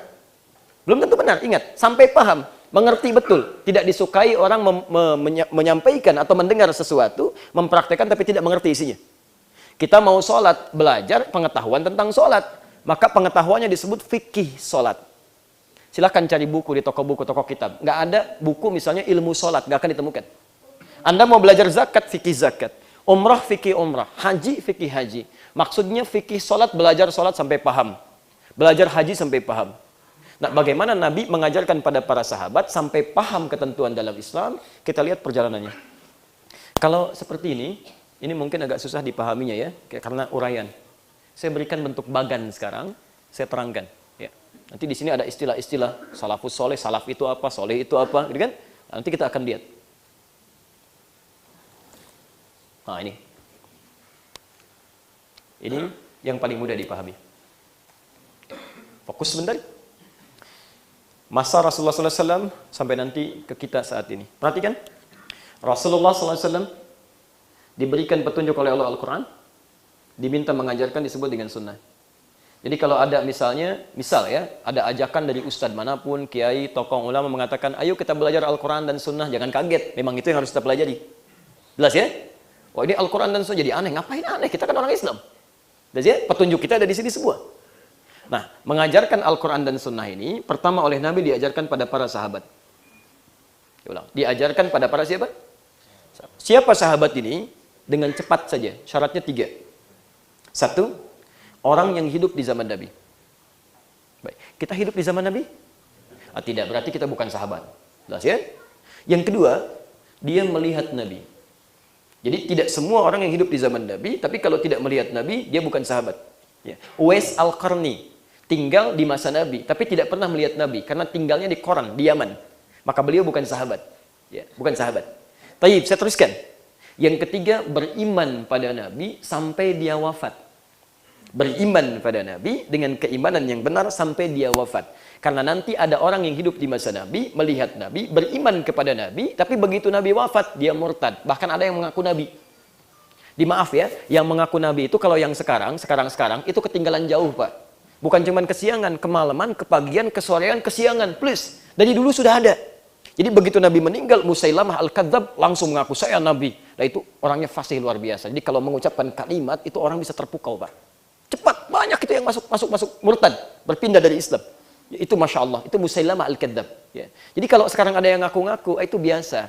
Yang paling aneh, ada aja yang ikut. Ada aja pengikutnya gitu. Ya. Kata para peneliti, ada di kita penyakit yang agak susah nih diobati sekarang. Cepat kaget, gampang kagum. Ada mall baru, brung ke sana. Numpang kagum aja, belanja enggak, balik lagi. Ya. Sama, ada nabi baru. Yang ngaku itu banyak, yang paling aneh, ada aja pengikutnya. Sekarang ini, ada nabi baru. Kami silaturahim ke MUI beberapa pekan lalu. Itu di Jawa Barat sekarang kesulitannya. Hampir tiap bulan, Pak Bu, ada nabi baru. Hampir tiap bulan. Sekarang nabi barunya dari Karawang. Betul, dulu ada AM, pelatih bulu tangkis. Ya, ngaku nabi, ditangkap oleh polisi. Ditahan 2 tahun, diinterogasi. Masya Allah, kamu kenapa ngaku nabi? Saya ke Bogor, Pak, dapat wahyu katanya. Orang ke Bogor dapat talas, dapat wahyu. Pulang. Tangkap. Kemudian nggak mau kalah, Bandung bikin ranca ekek, S tukang cukur, S ngaku nabi, ada aja pengikutnya. Ini selesai, Jakarta nggak mau ketinggalan. Masya Allah. Bandung, Nabi. Bogor, Nabi. Jakarta, ibu kota negara. Malaikat Jibril. Malaikat langsung, ya, ingin mendaratkan malaikat Jibril di Monas, gitu ya. LA, gitu kan, aku malaikat. Ditangkap polisi. Ya, polisi kita, jangankan teroris, malaikat ditangkap, gitu kan. Ya. Itu jadi ada hal-hal yang seringkali keliru dalam kehidupan. Nah, sekarang perhatikan yang diajarkan Al-Quran dan Sunnah pada para sahabat. Sekarang fokus. Para sahabat ketika menerima informasi dari Nabi, itu sifatnya lebih banyak menghafal. Jarang yang mencatat. Memang orang Arab dulu, sekarang sedikit yang mewarisi, punya keunggulan dalam mengingat. Kami saat di Timur Tengah, ya, Masya Allah, itu luar biasa ya. Saya pernah mendapati seorang pencatat di bagian administrasi, namanya Ustadz Mabruk, di Tripoli di Libya. Itu Allahu Akbar, kami datang dengan kawan kami, itu ribuan yang kuliah di situ. Datang dengan teman kami, ditanya, ya Syekh, man huwa? Syekh siapa dia? Saya bilang ini Mahrus. Oh ente Mahrus bin Fulan, bin Fulan, bin Fulan, bin Fulan, bin Fulan. Disebutkan sampai kakek terakhirnya. Dari sekian ribu mahasiswa yang ada di situ. Jadi dulu sahabat itu punya keunggulan mengingat. Dan itu diteruskan pada generasi setelahnya. Jadi sedikit dari mereka yang menulis, memodifikasikan, ini dihafal, dihafal, dihafal, dihafal. Kemudian dari hafalan ini ketika Nabi SAW meninggal dunia, mereka menyebar. Ya, mereka menyebar. Ada yang ke Yaman, ya, seperti misalnya kita contohkan sejak dari masa Nabi SAW, ada Hudzaifah pergi lagi ke Yaman, ada Mu'adz bin Jabal pergi ke Yaman, ada yang ke Kufah seperti Ali bin Abi Thalib, ada yang ke Afrika bagian utara dari mulai Mesir ke Libya ke Tunisia, sampai nyebrang ke sananya ke Maroko, Aljazair sampai singgah terakhir kemudian ke Syam ke Syria seperti Muawiyah. Ada bahkan yang sampai ke Nusantara seperti Sa'ad bin Abi Waqqas ke daerah Barus 414 km dari kota Medan sampai ke sana itu. Ada menyebar semuanya. Maka yang belajar dari para sahabat itu disebut dengan tabi'in. Ya. Di masa ini, karena Islam sudah mulai meluas, menyebar, itu kekuatan hafalannya tidak sama dengan orang-orang sebelumnya. Dan belum paham ya, menggunakan bahasa Arab. Jadi mereka mulai belajar. Karena itulah kemudian metodenya sudah mulai menghafal dan mencatat. Dan lebih banyak kemudian membukukan. Ya. Jelas sampai sini? Pelan-pelan, sebentar, pelan-pelan. Bapak Ibu sekalian, lalu dari sini diajarkan lagi, diajarkan lagi, diajarkan lagi. Nah, ketika diajarkan, saya ambil contoh. Turunan ajaran ini, dari mulai Rasulullah SAW, dijaga dengan benar sampai terus ke sini masanya berlangsung. Ya. Maaf, diikuti. Urutannya disebut dengan sanad. Sanad. Jadi kalau Anda misalnya mendengar sanad, maksudnya belajar dari si fulan sampai tersambung pada Nabi SAW. Jelas? Kalau Nabi itu orang di masa lalu atau orang di masa kini? Di masa lalu. Dalam bahasa Arab, masa lalu disebut dengan salaf. Jadi ini belajar dari orang sebelumnya. Maka orang-orang yang belajar dari orang sebelumnya sampai ke Rasulullah disebut dengan salaf. Jelas sampai sini? Nah, kalau sudah belajar seperti ini, maka terjaga kemudian pola ibadahnya. Ya, dia dekat dengan Allah Subhanahu wa taala. Sesuatu yang terjaga dan dekat dengan Allah sehingga melahirkan kebaikan disebut dengan saleh. Maka muncul di sini istilah salafus saleh. Jelas sampai sini? Baik, jadi kalau mendengar istilah salaf, artinya orang yang belajar, runtutannya, sumbernya langsung nanti kepada Nabi SAW. Sanadnya sampai ke sini. Jelas ya? Nah, semua pelajaran Nabi ini, pelan-pelan, ketika diturunkan ke sini, karena nanti menyebar, tidak banyak orang yang mulai bisa mengingat lagi, karena itulah kemudian ada 4 tokoh salaf. Fokus, ada 4 tokoh salaf utama. Selain menghafal, mereka juga mencatat, membukukan semua ajaran-ajaran ini. Ya, dituliskan di buku mereka. Ya, alhamdulillah. 4 ulama ini, fokus ya, fokus betul ini. Ini tidak ada teori yang berbeda. Jadi kalau ada yang beda, berarti itu yang keliru. Semua ulama sepakat di sini. 4 ulama disebut salaf ini, masanya dibatasi oleh ulama sampai ke tahun 2 Hijrah. Jadi kalau disebut salaf, itu artinya orang ulama-ulama di tahun kedua Hijrah. Kedua Hijrah, sampai ke 200. Di atas itu sudah bukan salaf, namanya khalaf. Tapi dia belajar dari sebelumnya, sampai ke Nabi SAW. Batasnya 200 Hijrah, abad kedua Hijrah. Maaf, abad kedua Hijrah, 200 Hijrah batasnya. Ada 4 ulama salaf utama yang menghimpun semua ajaran Nabi di kitab mereka. Siapa ulama ini? Siapa keempat ulama ini? Kita teruskan. 1. Abu Hanifah, namanya An-Nu'man bin Bashir. Lahir tahun 80 Hijrah, wafat tahun 150 Hijrah. Ya, dikenal dengan nama Abu Hanifah. Pernah dengar? Baik, Abu Hanifah. Ini 1. Kedua, ada Imam Malik bin Anas. Malik bin Anas ini lahirnya di Madinah sampai wafatnya di Madinah, tidak pernah keluar dari Madinah. Tapi nanti ajarannya sampai ke Libya, sampai ke Tunisia, sampai ke Maroko. Lahir tahun 93 Hijrah, wafat 179 Hijrah. Lihat ukuran lahirnya. Masuk batas 200 Hijrah? Masuk ya? Ini juga masuk. Dan Imam Muhammad bin Idris Asy-Syafi'i. Asy-Syafi'i ini nama kakek ketiganya. Nama aslinya Muhammad bin Idris. Okay? Lahir tahun 150 Hijrah. Jadi begitu beliau Abu Hanifah wafat, Imam Asy-Syafi'i lahir. Maka dikenal dengan Imam Asy-Syafi'i, mengikutkan kakek ketiganya. Lahirnya di Gaza, yang sedang dikepung sekarang. Begitu lahir, usia 2 tahun, maaf, qadarullah ayahnya meninggal dunia. Ibunya tidak putus asa, Pak. Demi Allah saya katakan, kalau Imam Asy-Syafi'i itu luar biasa sampai hari ini, itu diantaranya jasa ibundanya. Ibundanya berpikir, anak saya mesti jadi anak yang bermanfaat di masa depan. Itu pusat ilmu ada di Mekah. Masya Allah, Pak. Kami ada kitabnya itu. Sampai digendong anaknya dari Gaza, digendong jalan kaki ke Mekah. Saking inginnya anaknya punya manfaat dalam kehidupan, gendong tawaf. Begitu ada ulama memberikan halaqah, disimpan di situ sampai wafatnya. Jadi kalau Imam Asy-Syafi'i bersinar saat ini, itu jasa terbesar itu ibundanya. Tapi yang mau saya sampaikan, Imam Asy-Syafi'i ibunya sangat terbatas, ayahnya meninggal, ya hartanya terbatas. Dengan menggunakan kakinya menggendong anaknya sampai ke Mekah, dari Gaza Palestina ke Mekah, Pak. Kalau Anda pakai bis saja sehari 2 malam itu. Ya, sehari 2 malam. Ibu yang sangat terbatas, single parent, mendidik anaknya sampai luar biasa. Anda, pasangan masih ada, suasana lengkap, peralatan ada semua, teknologi canggih, seharusnya bisa lebih daripada itu. Ayo maksimalkan gitu ya. Terakhir Imam Ahmad bin Hanbal, muridnya Imam Asy-Syafi'i, lahir 164 Hijrah. Ini 4 ulama yang terkenal di masanya sampai hari ini. Kenapa mereka begitu dikenal? Karena mereka selain menghafal ajaran Nabi, juga mencatatkannya, menuliskannya. Yang sampai pada kita sekarang, itu jalurnya dari keempat ulama ini. Ya, karena mereka yang menghimpun. Sekarang perhatikan. Semua yang dihafalkan oleh mereka, dicatat, ini mengikuti generasi sebelumnya, disebut dengan manhaj namanya. Manhaj. Apa itu manhaj? Asalnya manhaj itu, fokus ke sini. Awas ya, ini sudah mulai penting nih. Gagal memahami ini agak susah prakteknya. Ya. Fokus karena nanti ada manusia-manusia mensana in corpore sano. Ustadznya nerangin ke sana, mikirnya ke sono, ya. Jadi nggak bisa fokus tuh. Ya. Lihat dulu ke sini. Bismillah. Perhatikan, perhatikan. Ya. Semua ajaran Nabi yang ditangkap nanti ujungnya keempat ulama ini disebut dengan manhaj. Apa itu manhaj? Fokus. Asalnya dari kata nahaja, jalan yang jelas. Jalan yang jelas. Ya. Jadi maksudnya disebut dengan manhaj karena ilmu yang mereka dapatkan jalannya jelas tersambung pada Nabi SAW. Ya. Jelas di sini? Baik. Apa yang mereka dapatkan dari Nabi? Semua ajaran baik dari Al-Quran ataupun As-Sunnah. Isi dari Al-Quran dan Sunnah ini intinya dibagi 2. Satu, ada ajaran yang sifatnya hanya satu dalil dan satu cara. Tolong pahami ini ya. Satu dalil, satu cara. Jadi Nabi hanya memberikan satu petunjuk, dalil, dan caranya cuma satu. Dalam hal satu dalil, satu cara ini, maka kita itu tidak boleh berbeda. Karena diberikan satu cara, ya dipandang oleh Nabi, semua umat Islam mampu melakukannya. Seperti contoh tadi ya, takbir dari mulai mengangkat sampai dengan meletakkan. Cuman satu cara, begitu angkat, simpan, selesai.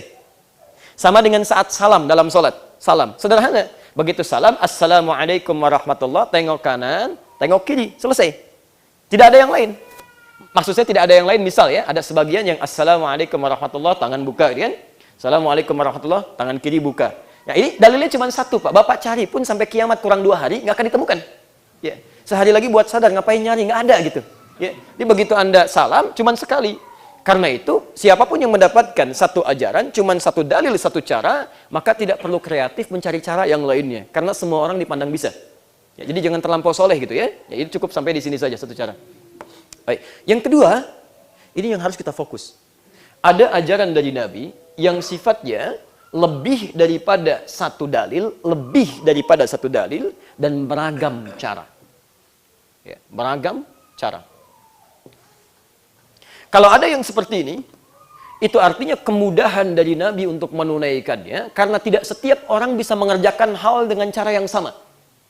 Jelas sampai sini? Ini ada Masjid Baitur Rahman. Atau Al-Irsyad lah yang besar itu di depan, ya kan? Baik, saya mau tanya, jalan ke Al-Irsyad cuma satu jalan saja atau ada beberapa jalan? Saya lihat ada beberapa jalan. Ada yang datang dari sini, ada yang datang dari sini, ada yang dari sini. Masya Allah. Kenapa? Karena tidak setiap orang bisa lewat sini. Yang rumahnya di sini masa harus putar dulu ke sini? Kejauhan gitu kan? Ada yang lewat sini, ada yang lewat sini. Ini semua berasal dengan manhaj yang sama. Berpusat ke satu tempat yang sama. Nah, dari Nabi pun ada ajaran-ajaran yang sifatnya caranya beragam untuk memudahkan dalam menunaikannya. Saya beri contoh dua paling gampang. Misal, tadi ada Al-Quran. Saya praktekkan dari Quran dulu, yang kedua dari Sunnah. Quran ketika disampaikan kan ada bacaannya ya. Kalau antum belajar ilmu qiraat, itu bacaan Quran paling minimal itu ada 7 cara baca. Ya, 7 cara baca. Yang 7 ini disebut dengan mutawatir, qiraah mutawatirah. 7 cara. 7 cara ini maknanya nggak berbeda. Semua maknanya sama. Cuma ternyata diajarkan dengan 7 cara ini karena tidak semua orang Arab bisa membaca dengan satu cara yang sama. Saya beri contoh. Ada di suku Arab yang nggak bisa bacanya A. Nggak bisa, dipaksa-paksa sampai kiamat kurang 2 hari, susah. Begitu dibacakan A, dia bacakan E. Ya. Sampai sekarang di Palestina sebagian, di Syria, di Libanon, sebagian Mosul, di Irak, itu kalau anda sebutkan kaifa halu, kaifa halik. Madrasah, madrasah. Ana, ani, anta, inti. Mungkin sebagian teman-teman Betawi belajarnya ke situ gitu ya. Itu E semua itu. Ya. Itu jangankan dari zaman Nabi, sejak zaman jahiliyah sudah ada yang seperti itu. Makanya ketika Quran diturunkan, itu bisa dibaca dengan riwayatnya imalah, pakai E. Ya, ada nanti perawi namanya Hamzah. Ya, Mukri, punya 2 murid namanya Khalad dengan Khalaf. Riwayatnya pakai E, termasuk Warash, mengambil dari Nafi'. Anda baca wadduha, dia baca wadduha. Wadduha, wal-laili idha saji, ma wadda'aka rabbuka wa ma qali, walal-akhiratu khairul laka minal uli, walasawfa yu'tika rabbuka fatardi.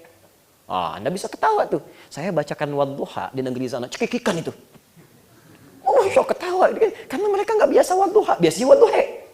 Di lisannya dibacakan pun nggak biasa gitu. Itu sejak dulu, susah dipaksanya. Ya. Sama dengan teman-teman kita misal, walau tidak semuanya misal. Sepeda. Teman kita Medan bacanya apa? Walau tidak semuanya, sepeda. Bandanya sama kan? Kita ketemuan ya, di mana? Cicahum. Oh, Cicahum. Tempatnya sama, cuma cara mengucapkan berbeda dengan makna yang sama. Itu bacaan Quran pun ada demikian, nggak bisa dipaksa. Misal, ihdinas siratal mustaqim bisa dibaca dengan 3 cara. Pakai shad, ihdinas siratal mustaqim. Pakai sin, riwayat Qalun, ihdinas siratal mustaqim. Ada yang nggak bisa sin, Pak, nggak bisa shad. Jadi begitu diucapkan sin, shad pakai zai. Riwayat Qunbul dari Ibnu Katsir, ihdinas siratal mustaqim. Jadi diberikan riwayat-riwayat ini, manhajnya satu, cuma caranya berbeda untuk kemudahan dalam mengucapkannya. Kami di Libya, itu ada 2 santri, hafal Quran dua-duanya. Masya Allah, hafal Quran. Yang satu pakai riwayat hafaz, pakai shad. Yang satu pakai sin. Begitu disampaikan, padahal gurunya sama, syekhnya sama. Begitu dibacakan, ihdinas siratal mustaqim, anta mukhti, kamu salah ini. Harusnya pakai sin katanya. Ihdinas siratal mustaqim, anta mukhti, kamu yang salah. Harusnya pakai shad. Ya. Khalas, namshi ila syekhina. Kita pergi ke guru kami, ke guru kita aja. Kita dengar siapa yang benar di antara kita. Karena dua-duanya belajarnya terpisah, cuma pada guru yang sama. Begitu disampaikan kata syekhnya, 5 ya bunai. Kenapa? Hadza kada ya syekh, ini begini bacaannya, ini begini. Khalas, enta ikra, kamu baca. Ihdinas siratal mustaqim, pakai shad.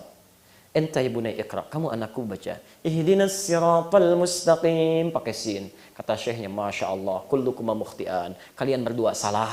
Yang benar pakai zai. Ihdinas siratal mustaqim, kata gurunya. Jadi gurunya yang mengajarkan, kalau kalian belum belajar 1-2, jangan pada rame dulu. Di situ ada ilmu yang harus dipelajari lagi. Barangkali temanmu mengucapkan yang lain karena belajar dengan satu manhaj yang sama, cuman kamu belum tahu. Jadi kalau belum tahu menemukan sesuatu, jangan pada rame dulu. Itu kaidah.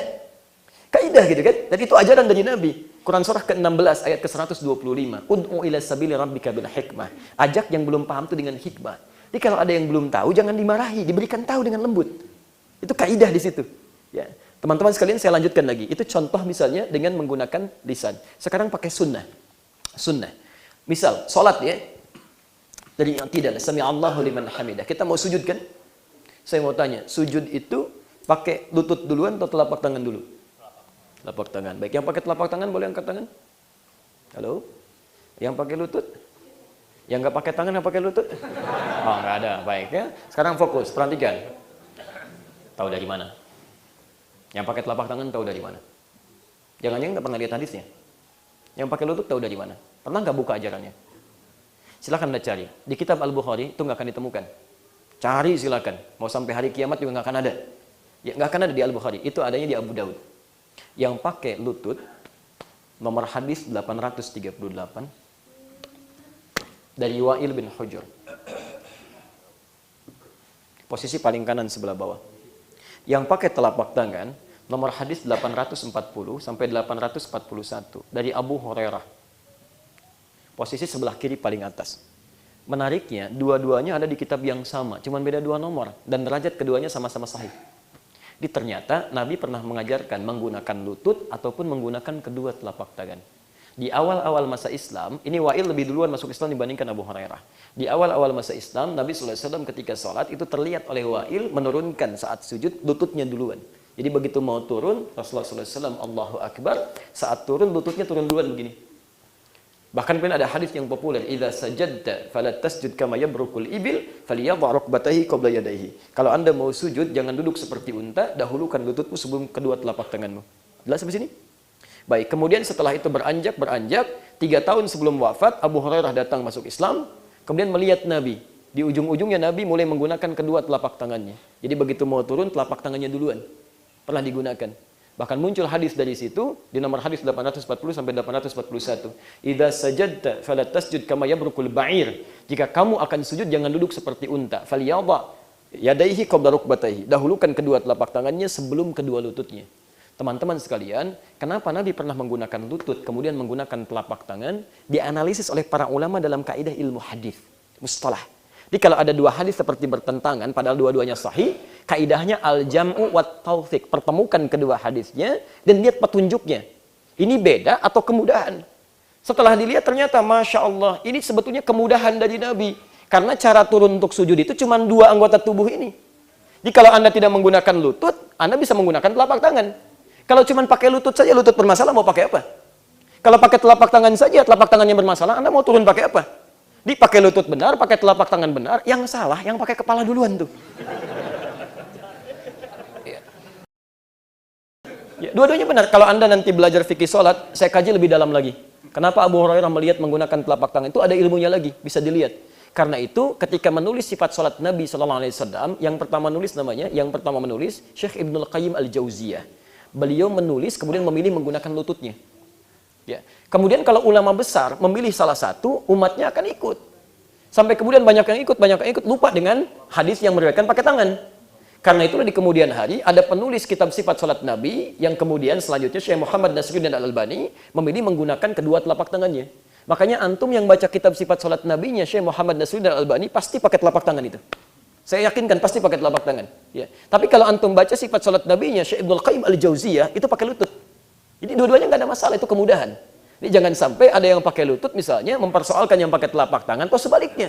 Tetap yang salah kalau tidak sholat berarti yang pakai kepala duluan, itu aja. Ya. Jelas ya? Baik. Nah keduanya itu disebut dengan manhaj. Awas hati-hati ya. Saya tidak tahu kalau di sini mudah-mudahan semuanya baik. Itu di Bekasi pernah ada masalah serius. Ini terjadi. Suami istri nggak tegur sapa semalaman gara-gara lutut dan telapak tangan ini. Suami pulang dari kantor Pak malam-malam, nggak sempat ke masjid. Sholat di rumahnya. Begitu sholat yang turun lutut duluan. Istri melihat. Begitu salam selesai, Masya Allah. Nah ini kadang-kadang suka lupa Bu. Ya, suami itu kan pemimpin di rumah. Ya, apa ciri khas pemimpin itu? Masya Allah. Ya. Ciri khas pemimpin itu yang paling khas gak mau dipimpin. Yang paling khas itu. Dia cuma menerima masukan, tidak menerima saran gitu ya. Kalau Anda masuk lewat saran, itu susah diterimanya. Susah. Harusnya ngasih masukan dengan cara bertanya biasanya. Ini tidak. Papa salah tuh. Salah. Nggak sesuai sunnah sholatnya. Kenapa, Ma? Itu turunnya lutut duluan. Harusnya pakai telapak tangan duluan. Suami nggak mau kalah. Mama yang nggak baca hadisnya. Padahal dua-duanya nggak baca itu. Betul, besoknya suaminya cerita pada kami. Jadi, istrinya belajar di Ustadz A, suaminya belajar di Ustadz B. Nggak ketemu di situ, saya sampaikan, Pak, tahu nggak? Itu cuma ada di kitab Abu Daud, di An-Nasai ada, cuma di Abu Daud itu uniknya, itu cuma beda 2 nomor, saya bilang. Ini di sini, ini di sini. Dua-duanya pas hadir di ta'lim, alhamdulillah, akhirnya ketawa-ketawa itu. Tapi semalaman nggak tegur sapa. Sampai besoknya, gara-gara ini aja nih. Hati-hati ya, kadang-kadang, awas hati-hati, sifat bijak itu seringkali harus kita hadirkan. Harus kita hadirkan. Ingat pesan saya ini ya. Coba kita merenung dengan baik. Kemudian telusuri, kita kan ingin belajar sesuai tentang Al-Quran, sesuai sunnah Nabi. Ketika Quran diturunkan, itu orang-orang Arab jahiliyah, kerasnya luar biasa. Semua berpecah-pecah. Semua saling ini, saling itu, saling berperang dan sebagainya. Masya Allah, ketika Quran turun, Nabi mengajarkan, yang keras jadi lembut. Yang berpecah-pecah jadi menyatu. Kebaikan tumbuh di mana-mana. Sampai jadi bintang di masanya. Sampai sekarang kita ikuti. Sampai ke Nusantara. Sampai jadi Indonesia. Jadi agak aneh kalau antum kemudian belajar Al-Quran, belajar sunnah. Yang lembut jadi keras. Yang menyatu jadi pecah. Itu pasti ada yang miss di situ. Ada yang miss. Coba renungkan dengan baik gitu kan. Kalau antum punya perbedaan, sisi satu dengan tertentu, sama-sama satu manhaj, gak usah pada ribut. Belajar dulu, lihat. Barangkali teman saya memilih yang ini, tapi ada tuntunannya, saya pilih yang ini. Kalau sama-sama satu manhaj, itu tidak perlu repot. Tapi kalau keluar dari manhaj, itu yang kemudian kita ajarkan. Itu pun nggak boleh kasar. Kita berikan pengetahuan. Saya beri contoh begini, Fir'aun. Kenal Fir'aun? Alhamdulillah.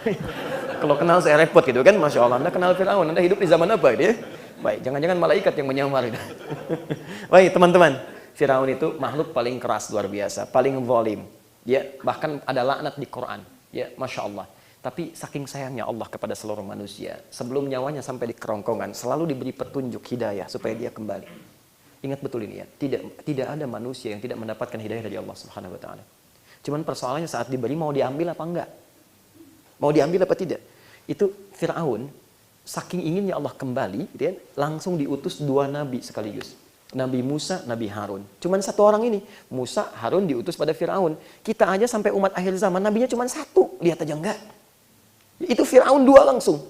Tapi ketika diutus, Masya Allah, Quran surah ke-20 ayat 43 sampai 44. Idhaba ila Fir'auna innahu tagha. Musa, Harun, pergilah ke Fir'aun. Dia sudah mulai menyimpang nih. Tapi Masya Allah, ayat ke-44-nya. Faqula lahu qawlan layyina. La'allahu yatadzakkaru aw yakhsha.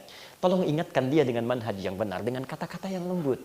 Barangkali dengan kelembutan itu, dia jadi ingat lagi, kemudian mulai takut kepada Allah Subhanahu wa ta'ala. Perhatikan, 2 nabi terbaik di zamannya, paling dekat dengan Allah, paling takwa, diminta berdakwah kepada manusia paling durjana di muka bumi, diperintahkan berkata dengan lembut.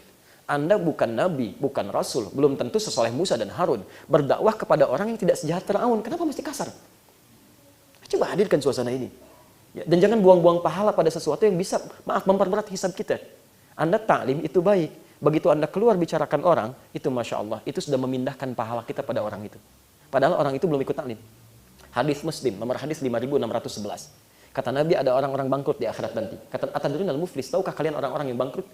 Kata sahabat, al-muflis sufina ma la dirham lahu wa la mata'. Ya Rasulullah, orang bangkrut di antara kami, orang yang tidak punya uang sepeser pun, nggak ada aset sedikit pun. Lihat kata Nabi, itu ukuran dunia. Faqala lahum Rasulullah SAW, maka Rasulullah SAW bersabda pada mereka, al-muflisu min ummati, orang bangkrut di antara umatku. Nabi tidak mengatakan umatnya Isa, umatnya Musa, tapi umatku. Jadi ada orang yang mengaku umatnya Nabi, tapi pahalanya kehilangan di akhirat nanti, bangkrut. Siapa mereka? Ya'ti yaumal qiyamati bisolatin. Datang di hari kiamat dengan pahala salat yang banyak dikerjakan saat di dunia. Jangankan yang fardu, sunnahnya juga banyak. Wasyamin, puasanya rajin dengan sunnahnya. Wa zakatin, zakatnya tidak tertinggal, bahkan sedekahnya. Wa ya'ti qad syatama hada. Cuman sayang, sering juga mencela orang lain. Wa qadhafa hada, menuduh orang. Wa syafaka dam hada, ada yang bahkan menumpahkan darah, menyebut kalimat Allah, Allahu Akbar, tembak orang, Allahu Akbar, bom orang dengan cara yang tidak benar. Saya pernah ditanya saat di Lampung, Ustaz, apakah bom yang di Jalan Tamrin itu termasuk jihad fisabilillah? Saya jawab ringan, setahu saya, jihad fisabilillah itu jihad di jalan Allah, bukan di Jalan Tamrin. Ya. Dia nggak nyambung, di kaidahnya nggak masuk di situ. Wa daraba hadza, ada yang berselisih sampai secara fisikal. Ya, Masya Allah, teman-teman sekalian, lihat. Tu'khadhu hadza min hasanati wa hadza min hasanati. Kalau ada orang sholat, kemudian mencela orang lain, maka pahala sholatnya langsung dipindahkan pada yang dicela itu. Antum sholat subuh sekarang, keluar dari masjid, lihat orang. Coba lihat tuh ya, orang itu muslim, tapi nggak mau ke masjid. Mudah-mudahan dia dapat hidayah. Iya ya, seketika pahalanya pindah pada orang itu. Ya, kalau niatnya buruk. Kalau doa itu bagus, tapi kalau niatnya buruk untuk mencelanya, menjelek-jelekannya, misal, iya, nggak nyangka dia ya, oh nyangka tuh. Begitu Anda bilang nggak nyangka, itu sedang nyangka. Pindah tuh pahala ke situ. Saya mau tanya, berapa banyak amalan ibadah kita yang pernah habis gara-gara kita menghadirkan suasana yang mengurangi pahala kita? Cek, pulang taklim dari sini, kadang ribut, kadang macam-macam dan sebagainya, itu pahala hilang tuh. Makanya nanti disebutkan di Quran surah ke-18 ayat 103 sampai 104. Hati-hati. Hal nunabbi'ukum bil akhsarina a'mala. Maukah kalian kami beritahukan, kata Allah, ini Allah langsung menyampaikan dengan orang yang paling rugi. Alladzina dhalla sa'yuhum fil hayatid dunya, yaitu orang-orang yang kehilangan usaha kerasnya saat di dunia. Wa hum yahsabuna annahum yuhsinuna sun'a. Mereka mengira sudah banyak kebaikan yang dikumpulkan. Jadi bertakwalah kita, siapapun kita, ingat kembali kepada Al-Qur'an dan Sunnah. Kalau enggak ada di luar Quran dan Sunnah, tinggalkan. Tapi bagaimana cara mengambilnya? Semua yang dari Nabi kalau sifatnya manhaj, itu ada kemudahan. Nah, kalau Anda pilih, saya mau berhenti di sini, Anda pilih salah satu di antara manhaj yang disampaikan ini dari orang-orang salaf, pilih satu. Karena nggak mungkin Anda mempraktekkan semuanya. Nggak mungkin dalam satu ibadah Anda praktekkan semuanya. Contoh, Bismillahirrahmanirrahim, dalam bacaan Al-Fatihah, dibaca dalam sholat ada 70 hadis. 70 hadis ini dipraktekkan 4 cara oleh Nabi. Bisa dibaca dengan keras jahar, bisa disirkan, bisa tidak dibaca sama sekali, bisa dibaca di rakaat pertama, selanjutnya tidak. 4 cara 70 hadis. Tidak mungkin Anda mempraktekkan 4 yang disebut manhaj ini seluruhnya dalam sholat. Jadi imam nih, supaya saya mengumpulkan semua sunnah Nabi dan lebih optimal, saya bacakan semuanya. Bismillahirrahmanirrahim. Bismillahirrahmanirrahim. Tidak dibaca sama sekali. Enggak bisa. Anda harus pilih salah satu. Harus pilih. Ya. Makanya ketika, maaf pelan-pelan, ketika Anda memilih satu di antara manhaj yang ada, maka pilihan Anda disebut dengan madhab namanya. Madhab. Saya ulang. Ada tadi manhaj kan? Anda pilih salah satu. Maka pilihannya disebut dengan madhab. Itu singkatan. Fokus. Saya lompat dulu kalimat salafi atau salafiyunnya. Saya lompat sebentar. Misal, tadi ada yang pakai lutut, sujudnya, ada yang pakai telapak tangan. Ini manhaj namanya. Dari Nabi. Anda memilih salah satu, pilihannya disebut dengan madhab. Ya, madhab, tulisannya begini. Madhab itu singkatan. Singkatan dari ma dhahaba ilaihi. Ma dhahaba ilaihi. Ma, pilihan. Ya, dhahaba ilaihi, yang condong untuk kita ambil. Jadi kita nggak bisa paksakan semua orang sama dengan kita. Karena boleh jadi setiap orang punya ukuran yang berbeda sesuai dengan kemudahannya. Sama dengan baju, saya nggak bisa paksakan pakai baju saya ini. Mungkin nggak pas di Anda. Ya. Ketika Anda pilih salah satu untuk dipraktekkan, maka pilihannya disebut apa? Madhab. Maka Imam Abu Hanifah memilih salah satu untuk dipraktekkan. Beliau paham yang lainnya. Maka ketika memilih disebut dengan Hanafi, madhab Hanafi. Imam Malik memilih satu. Maka ketika memilih disebut Maliki, madhab Maliki. Imam Syafi'i memilih satu. Maka ketika dipraktekkan, beliau dikenal dengan madhab Syafi'i. Ya, kemudian Imam Ahmad bin Hanbal memilih satu. Ketika dipilih dikenal dengan madhab Hambali. Madhab ini bukan aliran. Awas, bukan kelompok, bukan aliran. Tapi pilihan yang diambil untuk dipraktekkan. Disalah kalau saya ikut Imam Syafi'i, bukan kelompoknya Syafi'i, bukan. Maksudnya, saya ikut cara Nabi berdasarkan urutan-urutan ini yang jalurnya lewat Imam Syafi'i pilihannya. Itu artinya ketika Anda ikut urutan Imam Asy-Syafi'i, artinya Anda mengikuti petunjuk Nabi. Langsung ke atas, cuman caranya lewat dari Imam Asy-Syafi'i. Karena memang cuma 4 ini nggak ada perbedaan di sini. Di ulama semua sepakat, sedunia sepakat lewat jalur 4 ini. Kalau Anda beda, bukan ulama yang salah. Kita yang belum belajar. Ketika Anda ikuti semuanya ini, lewat jalur salah satu dari keempatnya, maka orang-orang yang ikut orang-orang sebelumnya, orang ujungnya diganti dengan I, tanpa alif lam. Indonesia negara, orang Indonesia Indonesia. Malaysia negara, orang Malaysia Malizi. Amerika negara, orang Amerika Ameriki. Filipina negara, Filipin, orang Filipin Filipini. Masya Allah. Tunisia negara, orang Tunis. Oh, gampang bahasa Arab ya. Gampang, Masya Allah. Itu saya tinggal di Arab, kadar Allah dikasih kesempatan tinggal di 5 negara. Saking gampangnya bahasa Arab. Anak-anak segini bisa bahasa Arab, Pak. Misalnya gitu. Sukaifahaluk katanya, Masya Allah. Ada orang berkata, Ustaz itu kan orang Arab. Saya buktikan. Beo Bandung, bawa ke Arab. 3 hari udah bisa tuh. Assalamualaikum. Masya Allah, itu dalam filosofi bahasa Arab. Sebetulnya kalau kita mau, kita bisa. Ya, bisa. Unta aja yang ribuan tahun di Arab gak bisa bahasa Arab sampai hari ini. Karena nggak mau gitu kan. Nah, orang-orang yang ikut ini, salaf, maka ujungnya tambah I. Dikenal dengan salafi. Jelas ya? Kalau banyakan tambah un di ujungnya. Muslim 1 orang, banyakan muslimun. Mukmin 1 orang, banyakan mukminun. Kan? Ingat, gampang-gampang. Kalau untuk perempuan pakai muslim, muslimah. Mukmin, mukminah. Soim, itu perempuan, kan? Kalau banyak kan mukmin, mukminun, muslim, muslimun, salafi, salafiyun. Jadi kalau Anda mendengar istilah salafi, nggak usah rame. Nggak usah kaget salafi itu memang semua orang salafi. Nggak ada yang nggak salafi, karena salafi itu manhaj, bukan madhab. Jadi kalau ada istilah salafi, memang salafi semuanya. Kalau bukan salafi, salah berarti.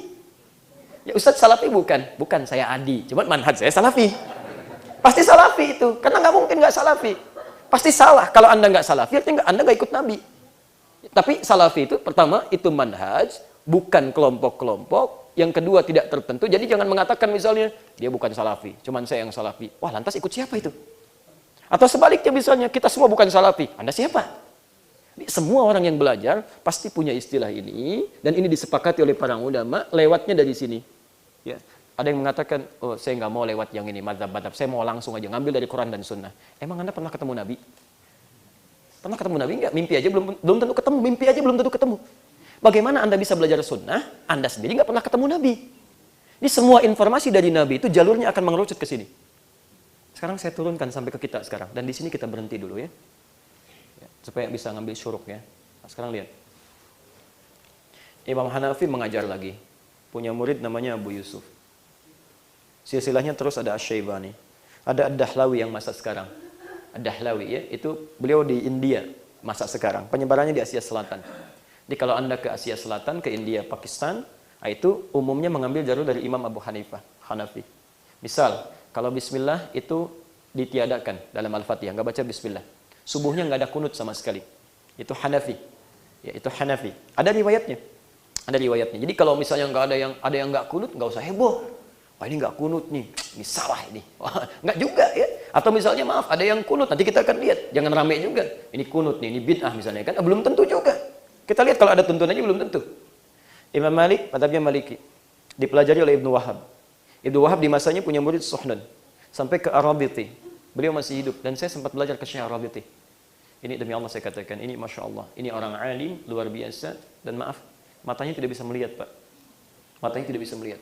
Tapi Masya Allah, mata hatinya tajam luar biasa. Kami saat sedang talaq fiqih di kelas kita belajar, teman kami diminta baca Iqra ya Bunai. Dia baca. Begitu dia baca, dia berhenti. Titik. Kata Syekh kami, laysatin nuqtah fasilah. Itu bukan titik, itu koma katanya. Kata beliau.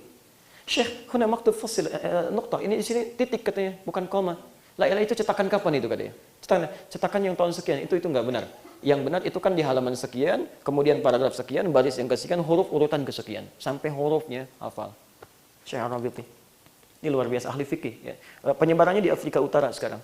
Imam Malik ini tidak pernah keluar dari Madinah. Jadi ini Imam Madinah. Dari mulai lahir sampai dengan meninggal dunia. Ya, di Madinah. Dikenal dengan Imam Darul Hijrah. Tapi ajarannya sampai ke Afrika Utara. Dari Libya, Tunisia, Aljazair, Maroko, sampai nyebrang dikit ke Spanyol, Italia, Prancis, dan seterusnya.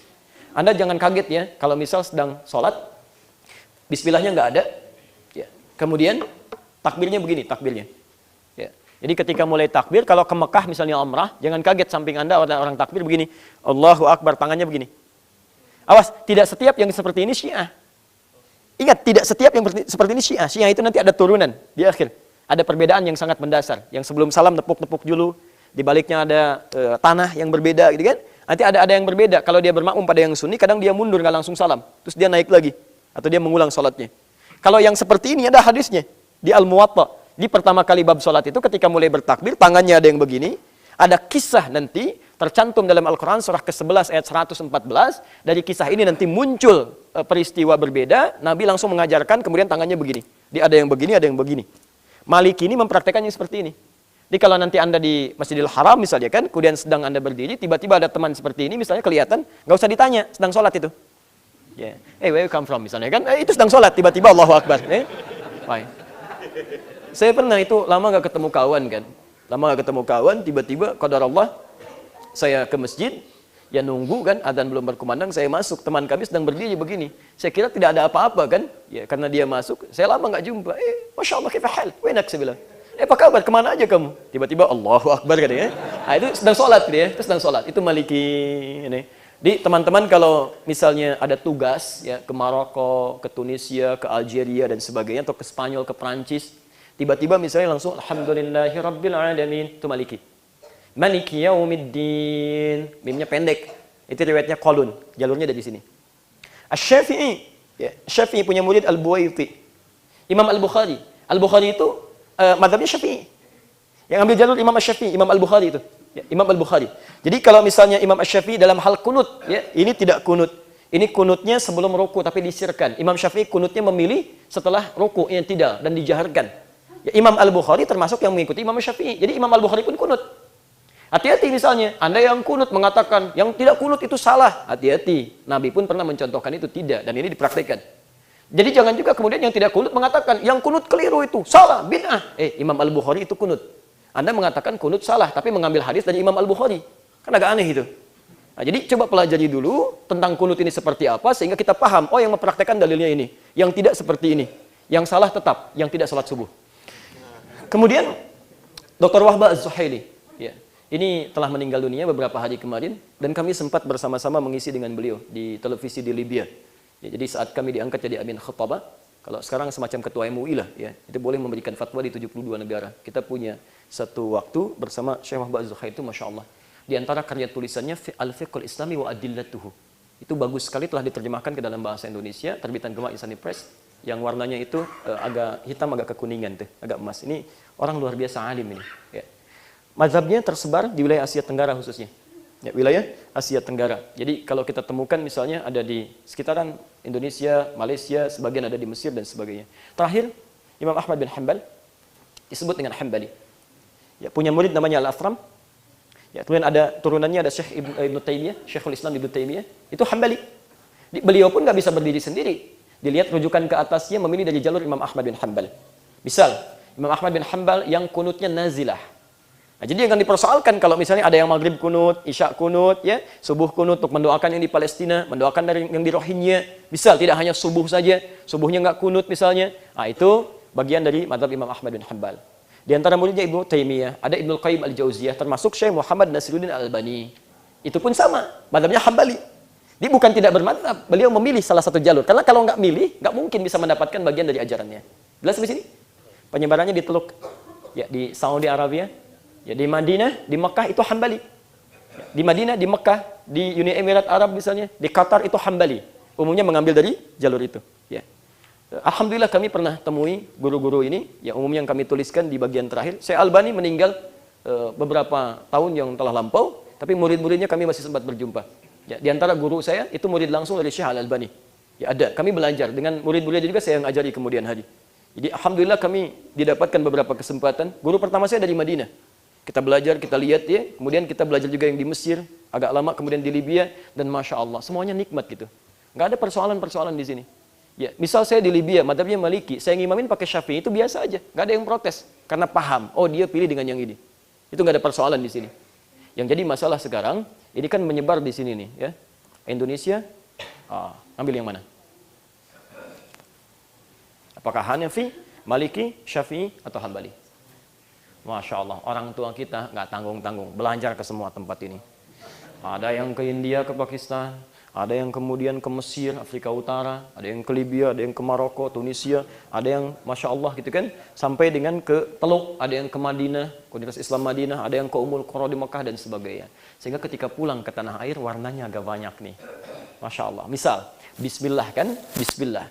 Misal Imam Abu Hanifah memilih tidak. Jadi kalau ada pulang dari Pakistan, jangan kaget kalau nggak baca Bismillah. Langsung Alhamdulillahirrabbilalamin.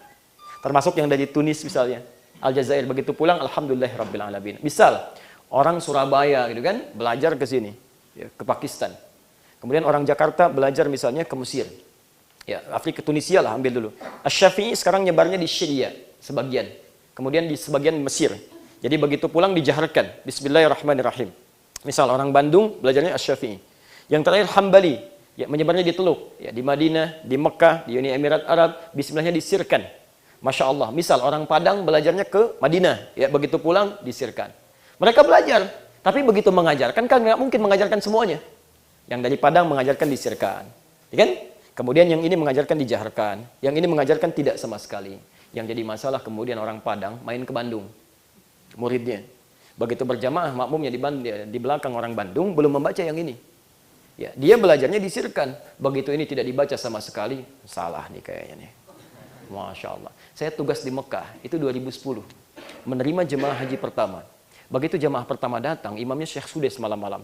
Langsung bismillahnya disirkan. Alhamdulillahirrabbilalamin. Iki imamnya Muhammadiyah tuh katanya. Imamnya Muhammadiyah karena bismillahnya disirkan. Begitu subuhnya nggak kunut, apa saya bilang? Imamnya Muhammadiyah katanya. Demi Allah saya katakan, Muhammadiyah, NU, Persis, Dewan Dakwah, itu nggak ada di masa Nabi. Itu alat perjuangan untuk memudahkan dakwah. Pilihan pada akhirnya kembali kepada manhaj-manhaj yang ada. Jadi jangan sampai, maaf ya, pilihan-pilihan itu menjadikan kemudian kita jadi rame gitu. Coba belajar dulu, lihat dulu, dan ini manhaj yang diajarkan kepada kita. Insya Allah, semua ulama nggak ada perbedaan di sini. Nggak ada perbedaan. Di teman-teman kalau menggali lagi lebih dalam, insya Allah menemukan kebaikan-kebaikan. Barangkali ada di antara guru-guru kita yang ingin menjaga. Supaya tidak bingung, ambil salah satu ini. Silahkan, boleh, nggak ada masalah. Ajarkan ini di Timur Tengah itu supaya nggak bingung, ambil salah satu. Ya, di Saudi, dari mulai TK sampai dengan selesai nanti, ya sampai selesai itu hambali aja. Hambali aja supaya nggak bingung satu cara. Ini juga sama, praktekkan Syafi'i aja. Ya, yang di Syria misalnya. Ya, ini sama, Maliki saja. Ini sama juga. Tapi di Indonesia kan tidak berlaku hukum ini. Begitu pulang ke beberapa tempat, ya, tapi tidak salah kalau Anda ingin mengondisikan itu. Cuma Anda juga harus belajar, barangkali teman-teman tidak mempraktekkan sama, mungkin mengambil dalil yang berbeda. Pada saat itulah kemudian tasamuh itu perlu dibangun. Barangkali teman saya praktekkan ini, dalilnya beda dengan saya. Sepanjang frame-nya Al-Quran dan Sunnah, maka itu benar. Tapi kalau sudah keluar dari sini, itu yang perlu kita luruskan. Jelas sampai sini? Baik. Kalau sudah jelas, saya kira saya cukupkan dulu uraiannya. Ini kalau nanti ingin diteruskan, kajian-kajiannya banyak Pak Ibu. Nanti saya berikan contoh-contoh kasusnya misalnya. Nabi mengajarkan di sini, ini rumahnya Nabi saat dilahirkan. Ya, saya baru kembali, ini masih ada bangunannya. Diduga para sejarawan menduga ini tempat Nabi dilahirkan di sini. Sebut dengan Maulid Nabi. Ya. Ini langsung diambil oleh kawan kami ketika kita ke sana.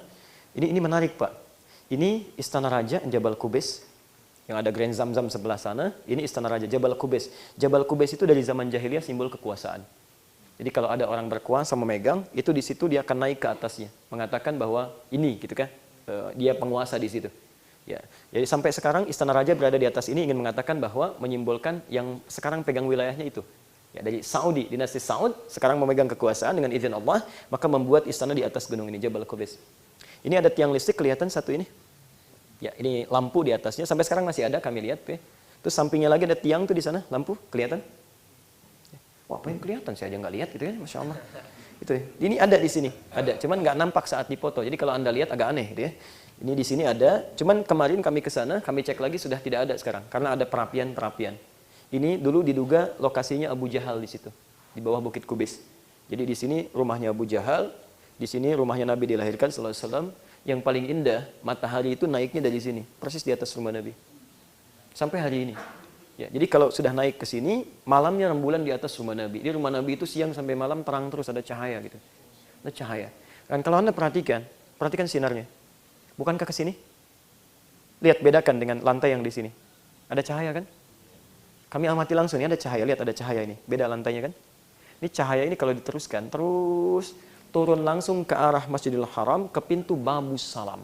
Kalau pintu Babus Salam diteruskan, langsung mengarah ke Ka'bah, ke Hajar Aswad. Makanya tawaf yang sunnah dimulai masuknya dari pintu Babus Salam. Karena ada satu garis di situ. Jadi begitu masuk, langsung turun pintu Babus Salam ke Ka'bah. Langsung di Hajar Aswad, Anda nggak perlu muter-muter lagi. Tapi para ulama kemudian memberikan penjelasan, para sejarawan, wallahu a'lam dengan maknanya. Tapi seakan-akan ada isyarat. Kalau Anda ingin menuju Allah, Ka'bah dengan satu kiblat, maka ikuti lewat pintunya. Pintu itu Babus Salam. Kalau ingin selamat, ikuti petunjuk Allah. Ambil wahyunya, menghadap ke arah kiblat, sejajar dengan petunjuk Nabi SAW. Ini poinnya. Jadi, teman-teman sekalian, di sini kita simpulkan bahwa kembalilah kepada tuntunan yang benar, yang berasal dari Al-Quran dan ajaran-ajaran Nabi SAW. Semua itu pasti ada kebaikan yang memudahkan kehidupan kita. Itu satu. Yang kedua, tuntunan Nabi sifatnya ada yang satu cara, satu dalil. Tidak ada peluang bagi kita untuk berbeda. Ada yang beragam cara, beragam dalil, menunjukkan satu kemudahan. Pada yang kedua ini, kita diminta untuk memilih yang paling mudah untuk kita. Kemudian melihat orang lain. Jika sama dengan kita, alhamdulillah. Jika berbeda, cek. Kalau ada dalilnya, berarti mereka menunaikan sesuatu yang berbeda sesuai dengan tuntunan. Satu manhaj cuma dengan madhab yang berbeda. Tapi kalau keluar dari Al-Quran dan Sunnah, itu yang berbeda yang harus kita luruskan. Jelas sampai sini? Baik, kalau sudah jelas, nanti di lain kesempatan bisa dengan ustadz-ustadz yang lain, tidak harus dengan saya. Ada ustadz-ustadz yang baik lagi, dan silahkan ambil. Jangan terfokus dengan saya saja. Ya, demi Allah saya katakan, kalau uraian saya benar, silahkan ambil, itu petunjuk. Tapi kalau uraian saya salah, buang uraian saya, tinggalkan pendapat saya, ambil pendapat ustadz yang lebih baik. yang bisa mendekatkan diri Anda dengan Allah Subhanahu wa taala. Itu yang paling penting. Ya, nanti ada masalah-masalah nih yang bisa kita bahas ya. Misal ini ada kaidah-kaidah memahami hadis karena nggak mudah belajar hadis itu. Ya. Nggak setiap Anda baca hadis, lihat terjemahan maknanya begitu, belum tentu. Saya beri contoh begini, sholat sunnah yang paling bagus dilakukan di mana? Di rumah, Masya Allah. Sudah lihat hadisnya? Baik, di hadisnya dikatakan, jangan berhenti sampai situ. Di hadisnya, wabaiti huna, kata Nabi, rumahku di sini. Rumah Nabi di mana? Di masjid. Ini masjid, rumah Nabi di situ. Kata Ibnu Hajar al-Asqalani dalam Fathul Bari, ketika meriwayatkan hadis ini, kata Ibnu Hajar, kalimat wabaiti huna, yadullu ala annal bait idza kana qariban minal masjid. Menunjukkan kalau rumahnya dekat dengan masjid. Di sholat sunnah itu berlaku, lebih baik di rumah jika rumahnya dekat dengan masjid. Tunaikan di rumah supaya tempat sujudnya lebih banyak. Tapi kalau Anda tinggalnya di sini, Kota Baru Parahyangan, pengen ikutan sholat subuh, kajian subuh di Al-Murabbi di Setra sana, sholat sunnahnya di sini, kapan nyampe sananya? Bisa kesiangan gitu ya. Makan sunnah pakai apa? Makan yang sunnah pakai apa? Tangan berapa jari? 3 jari. 3 jari itu jangan dilihat teksnya aja, mesti dilihat asbabul wurudnya. Bagaimana cara Nabi mengajarkan 3 jari itu? Hati-hati, kalau Anda 5 jari berarti nggak sunnah. Pakai sendok berarti nggak sunnah. Ternyata ketika Nabi mengajarkan 3 jari itu sedang menunjukkan megang kurma begini. Makanlah kalian seperti ini. Ya. Nabi tidak mengatakan 3 jari, makanlah seperti ini yang dipegang kurma. Kata para ulama hadis ini menunjukkan makan sesuai kadar makanannya. Kalau Anda ngambil kurma dengan 5 jari, apa artinya? Ya, orang Jepang bilang rawog gitu kan, rakus gitu, ngambilnya banyak. Ya, jadi maksudnya sunnah ini berlaku bukan setiap makanan dimakan dengan 3 jari, bukan. Maksudnya makan sesuai kadar makanannya. Makan nasi pakai 3 jari, kapan selesainya? Ngambil, Pak, kok lambat? Sunnah Nabi. Bukan, maksudnya sesuai kadar makanan. Anda makan sop misalnya pakai tangan, ya bagaimana ngambil kuahnya? Ya apakah sunnahnya pakai sendok? Ambil, zaman Nabi sudah ada roti sobek, sudah ada syurba. Syurba itu sup, minuman, ya, dan sebagainya. Sudah ada. Ada perangkat-perangkat tertentu yang digunakan. Jadi ini mesti, nanti ada hadis-hadis turunan. Ini baru yang mudah-mudah, yang simple-simple. Nanti ada hadis yang banyak lagi. Ada tentang isbal, ada tentang kunut, ada tentang doa makan, macam-macam. Dan hadisnya kadang tidak hanya satu. Ya, tidak hanya satu. Jadi kalau sepanjang para, nah ini ada iftitah, istiftah. Anda pakai wajah tuh, ada yang pakai Allahumma ba'id, mana yang benar? Oh, Masya Allah. Baik, saya terakhir tutup. Anda baca iftitahnya pakai apa? Baik, Allahumma ba'id. Baik, ada yang wajah tuh? Ada. Maaf, ini wajah tuh atau wajah tuh? Wajah tuh saja, nggak pakai ini. Baik, yang pakai ini angkat tangan. Yang tidak pakai ini? Yang tidak pakai wajah? Baik, dua-duanya ada hadisnya. Ada hadisnya. Yang pakai ini, itu ada di Ibnu Majah nomor hadis 3221. Yang tidak pakai ini, itu di hadis Muslim nomor hadis 1848. Tapi Anda mesti cek dulu. Mesti cek di hadis Muslim riwayatnya dari Ali bin Abi Thalib yang tidak pakai ini. Kata Ali, "Shallaitu khalfa Rasulullah sallallahu alaihi wasallam." Saya pernah salat di belakang Rasulullah sallallahu alaihi wasallam, fastaftaha. Beliau membaca doa istiftah, wajjahtu. Tidak pakai ini. Wajjah lilladzi dan seterusnya.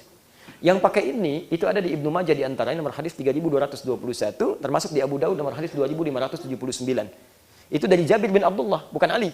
Kata Jabir, "Ra'aitu Rasulullah sallallahu alaihi wasallam." Saya sering kali melihat Rasulullah sallallahu alaihi wasallam hina yadhbah, setiap akan menyembelih hewan kurban, aqbal al-qiblah, menghadapkan hewannya ke kiblat. Thumma qala, kemudian berkata, "Allahumma hadza min Muhammad wa ali Muhammad wa umat Muhammad." Ya Allah, mohon terima kurban ini dari Muhammad, keluarga Muhammad dan umatnya Muhammad, 100 ekor. Ya, kemudian disembelih. Thumma qala, "Bismillahi Allahu akbar." Disembelih dengan mengucapkan Bismillahi Allahu akbar. Belum selesai. Sunnah yang terakhir, begitu selesai disembelih, menghadap ke kiblat kemudian berdoa, "Inni wajjahtu." Inni wajjahtu. Di kalimat wajjahtu yang pakai ini itu setelah kami teliti dalam kitab hadis yang kami miliki, itu ternyata doa-doa itu dikhususkan bagi selesai penyembelihan hewan korban. Bukan doa iftitah. Jadi doa saat selesai menyembelih hewan korban atau selesai melontar jumrah, itu baru mengucapkan inni wajjahtu. Coba Anda cek lagi. Ya. Nah, jadi banyak hal-hal yang harus kita kembali untuk mengecek lagi. Jangan-jangan selama ini ada beberapa hal yang belum kita pelajari. Ingat ya, dalam fikih itu nanti bisa fleksibel. Yang haram, jelas haramnya. Tapi dalam keadaan tertentu bisa diperbolehkan. Babi misalnya, jelas haramnya kan? Anda ke tempat yang nggak ada makanan sama sekali. Yang ada cuma babi. Boleh nggak makan babi? Tidak, bagaimana makan babi besar begitu gitu kan? Baik, yang ada sembelih dulu, ambil sebagian daging babi, kemudian masak dengan baik, hanya sekedar menutup rasa lapar, itu baru boleh. Ya, tapi kalau Anda misalnya sudah keluar dari situ, nggak boleh makan daging babi lagi. Ya, Anda menemukan ayam misalnya yang dimakan daging ayam. Ya, maaf, apa hukumnya makan daging ayam? Halal belum tentu. Belum tentu. Maaf, kalau ayam itu mati dalam keadaan bukan disembelih. Mati misalnya, awas hati-hati karena di negara lain itu tidak disembelih. Ada yang dipukul, ada yang dipelitokin begini gitu kan. Nah, itu nggak boleh, haram hukumnya. Di ayam aja yang halal belum tentu halal kalau caranya menggunakannya tidak tepat. Sekarang kalau ayam yang misalnya mati dengan cara disembelih, Masya Allah, baru apa hukumnya? Belum tentu. Kalau menyembelihnya tidak menyebut nama Allah. Dia sembelih tapi nggak menyebut nama Allah, tetap haram. Baru kalau dia menyebut nama Allah, Bismillahi Allahu Akbar, disembelih. Baru apa hukumnya? Belum tentu kalau yang disembelih ayam tetangga, bukan ayam Anda misalnya. Nah, jadi kaidah fikih itu selalu terkait dengan ilat namanya, turunan-turunan hukum. Ya, turunan-turunan hukum. Jadi teman-teman sekalian, nah itu kalau ngaji fikih itu begitu gitu. Kita melihat dulu, begitu sudah paham nih dari Nabi ini jelas kita ambil. Di luar Nabi kita tinggalkan. Di Quran benar kita ambil, di luar Quran kita jauhi. Itu aja, kalau ada yang belum mendekat kita dakwahi dengan lembut. Maka itu yang paling indah. Baik, jadi ini yang bisa kami sampaikan. Ya, mohon maaf belum bisa sampai jam 10. Kalau mau ada yang ingin silahkan ya. Saya bisa pamit itu. Jadi teman-teman, jelas uraiannya? Jelas. Paham insya Allah? Paham. Nah, karena kita Quran dan Sunnah pagi ini, maka kalau sudah jelas, saya sampaikan hukum Qurannya langsung. Al-Maidah ayat 100 sampai 101 itu ya. Ya ayyuhalladzina amanu la tas'alu an asya'a in tubdalakum tasukum. Hei orang-orang yang masih merasa punya iman dalam jiwanya, jika uraian sudah jelas disampaikan, maka jangan banyak dipertanyakan. Khawatir pertanyaan-pertanyaan itu menjadikan yang jelas menjadi semakin tidak jelas nantinya. Baik, jelas uraiannya? Ada pertanyaan? Tidak. Baik. Kalau ini cuma 2 menit nih, tinggal sampai syuruk nih. Ya, saya kira kita cukupkan dulu ya. Nanti kalau ada kesini lagi, kalau mau ditanyakan silahkan. Nanti beberapa hal bisa kita komunikasikan. Baik, saya mau tutup. Sebenarnya saya jelaskan syuruk dulu ya. At-Tirmidzi nomor hadis 586. Tentang syuruk ini, saya bacakan hadisnya, baru kemudian kita praktekkan.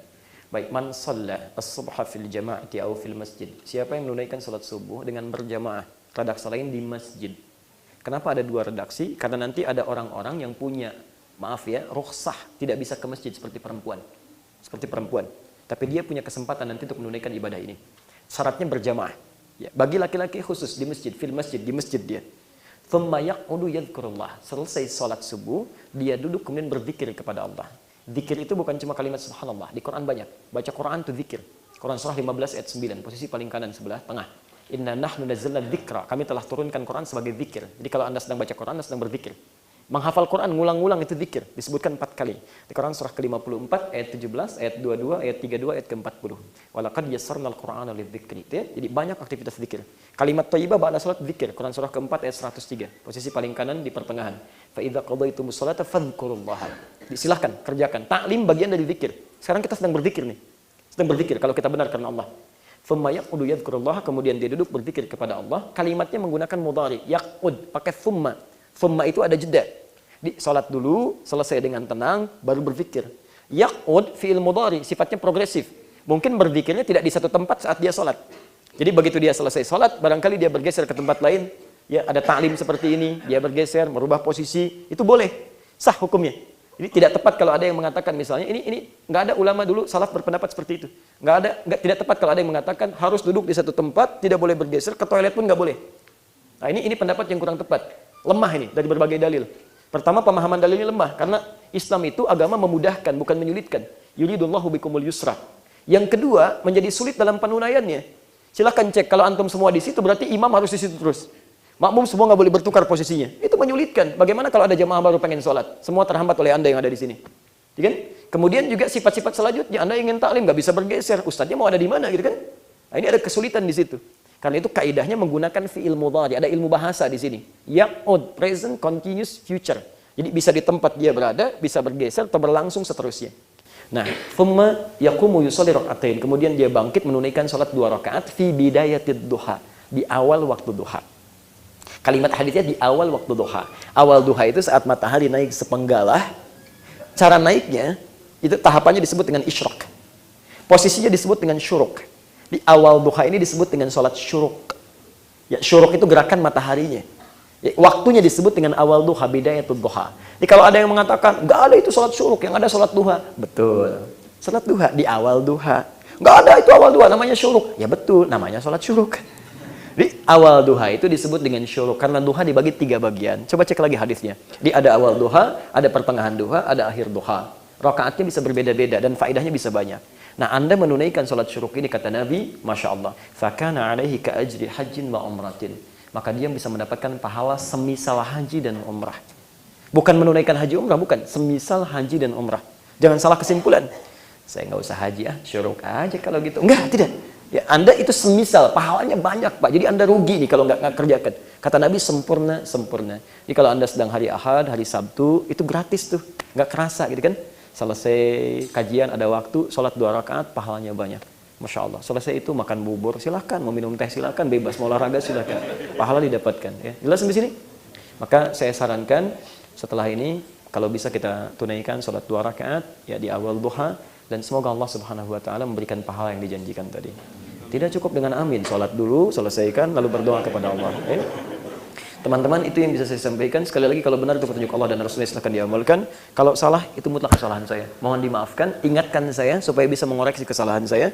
Dan ingat ini, tinggalkan pendapat saya yang keliru, ambil pendapat ustadz lain yang lebih baik. Saya sarankan kalau ustadz-ustadz ada di sini, dimanapun, ya mau di Al-Irsyad, mau di sini, selama baik cepat ambil.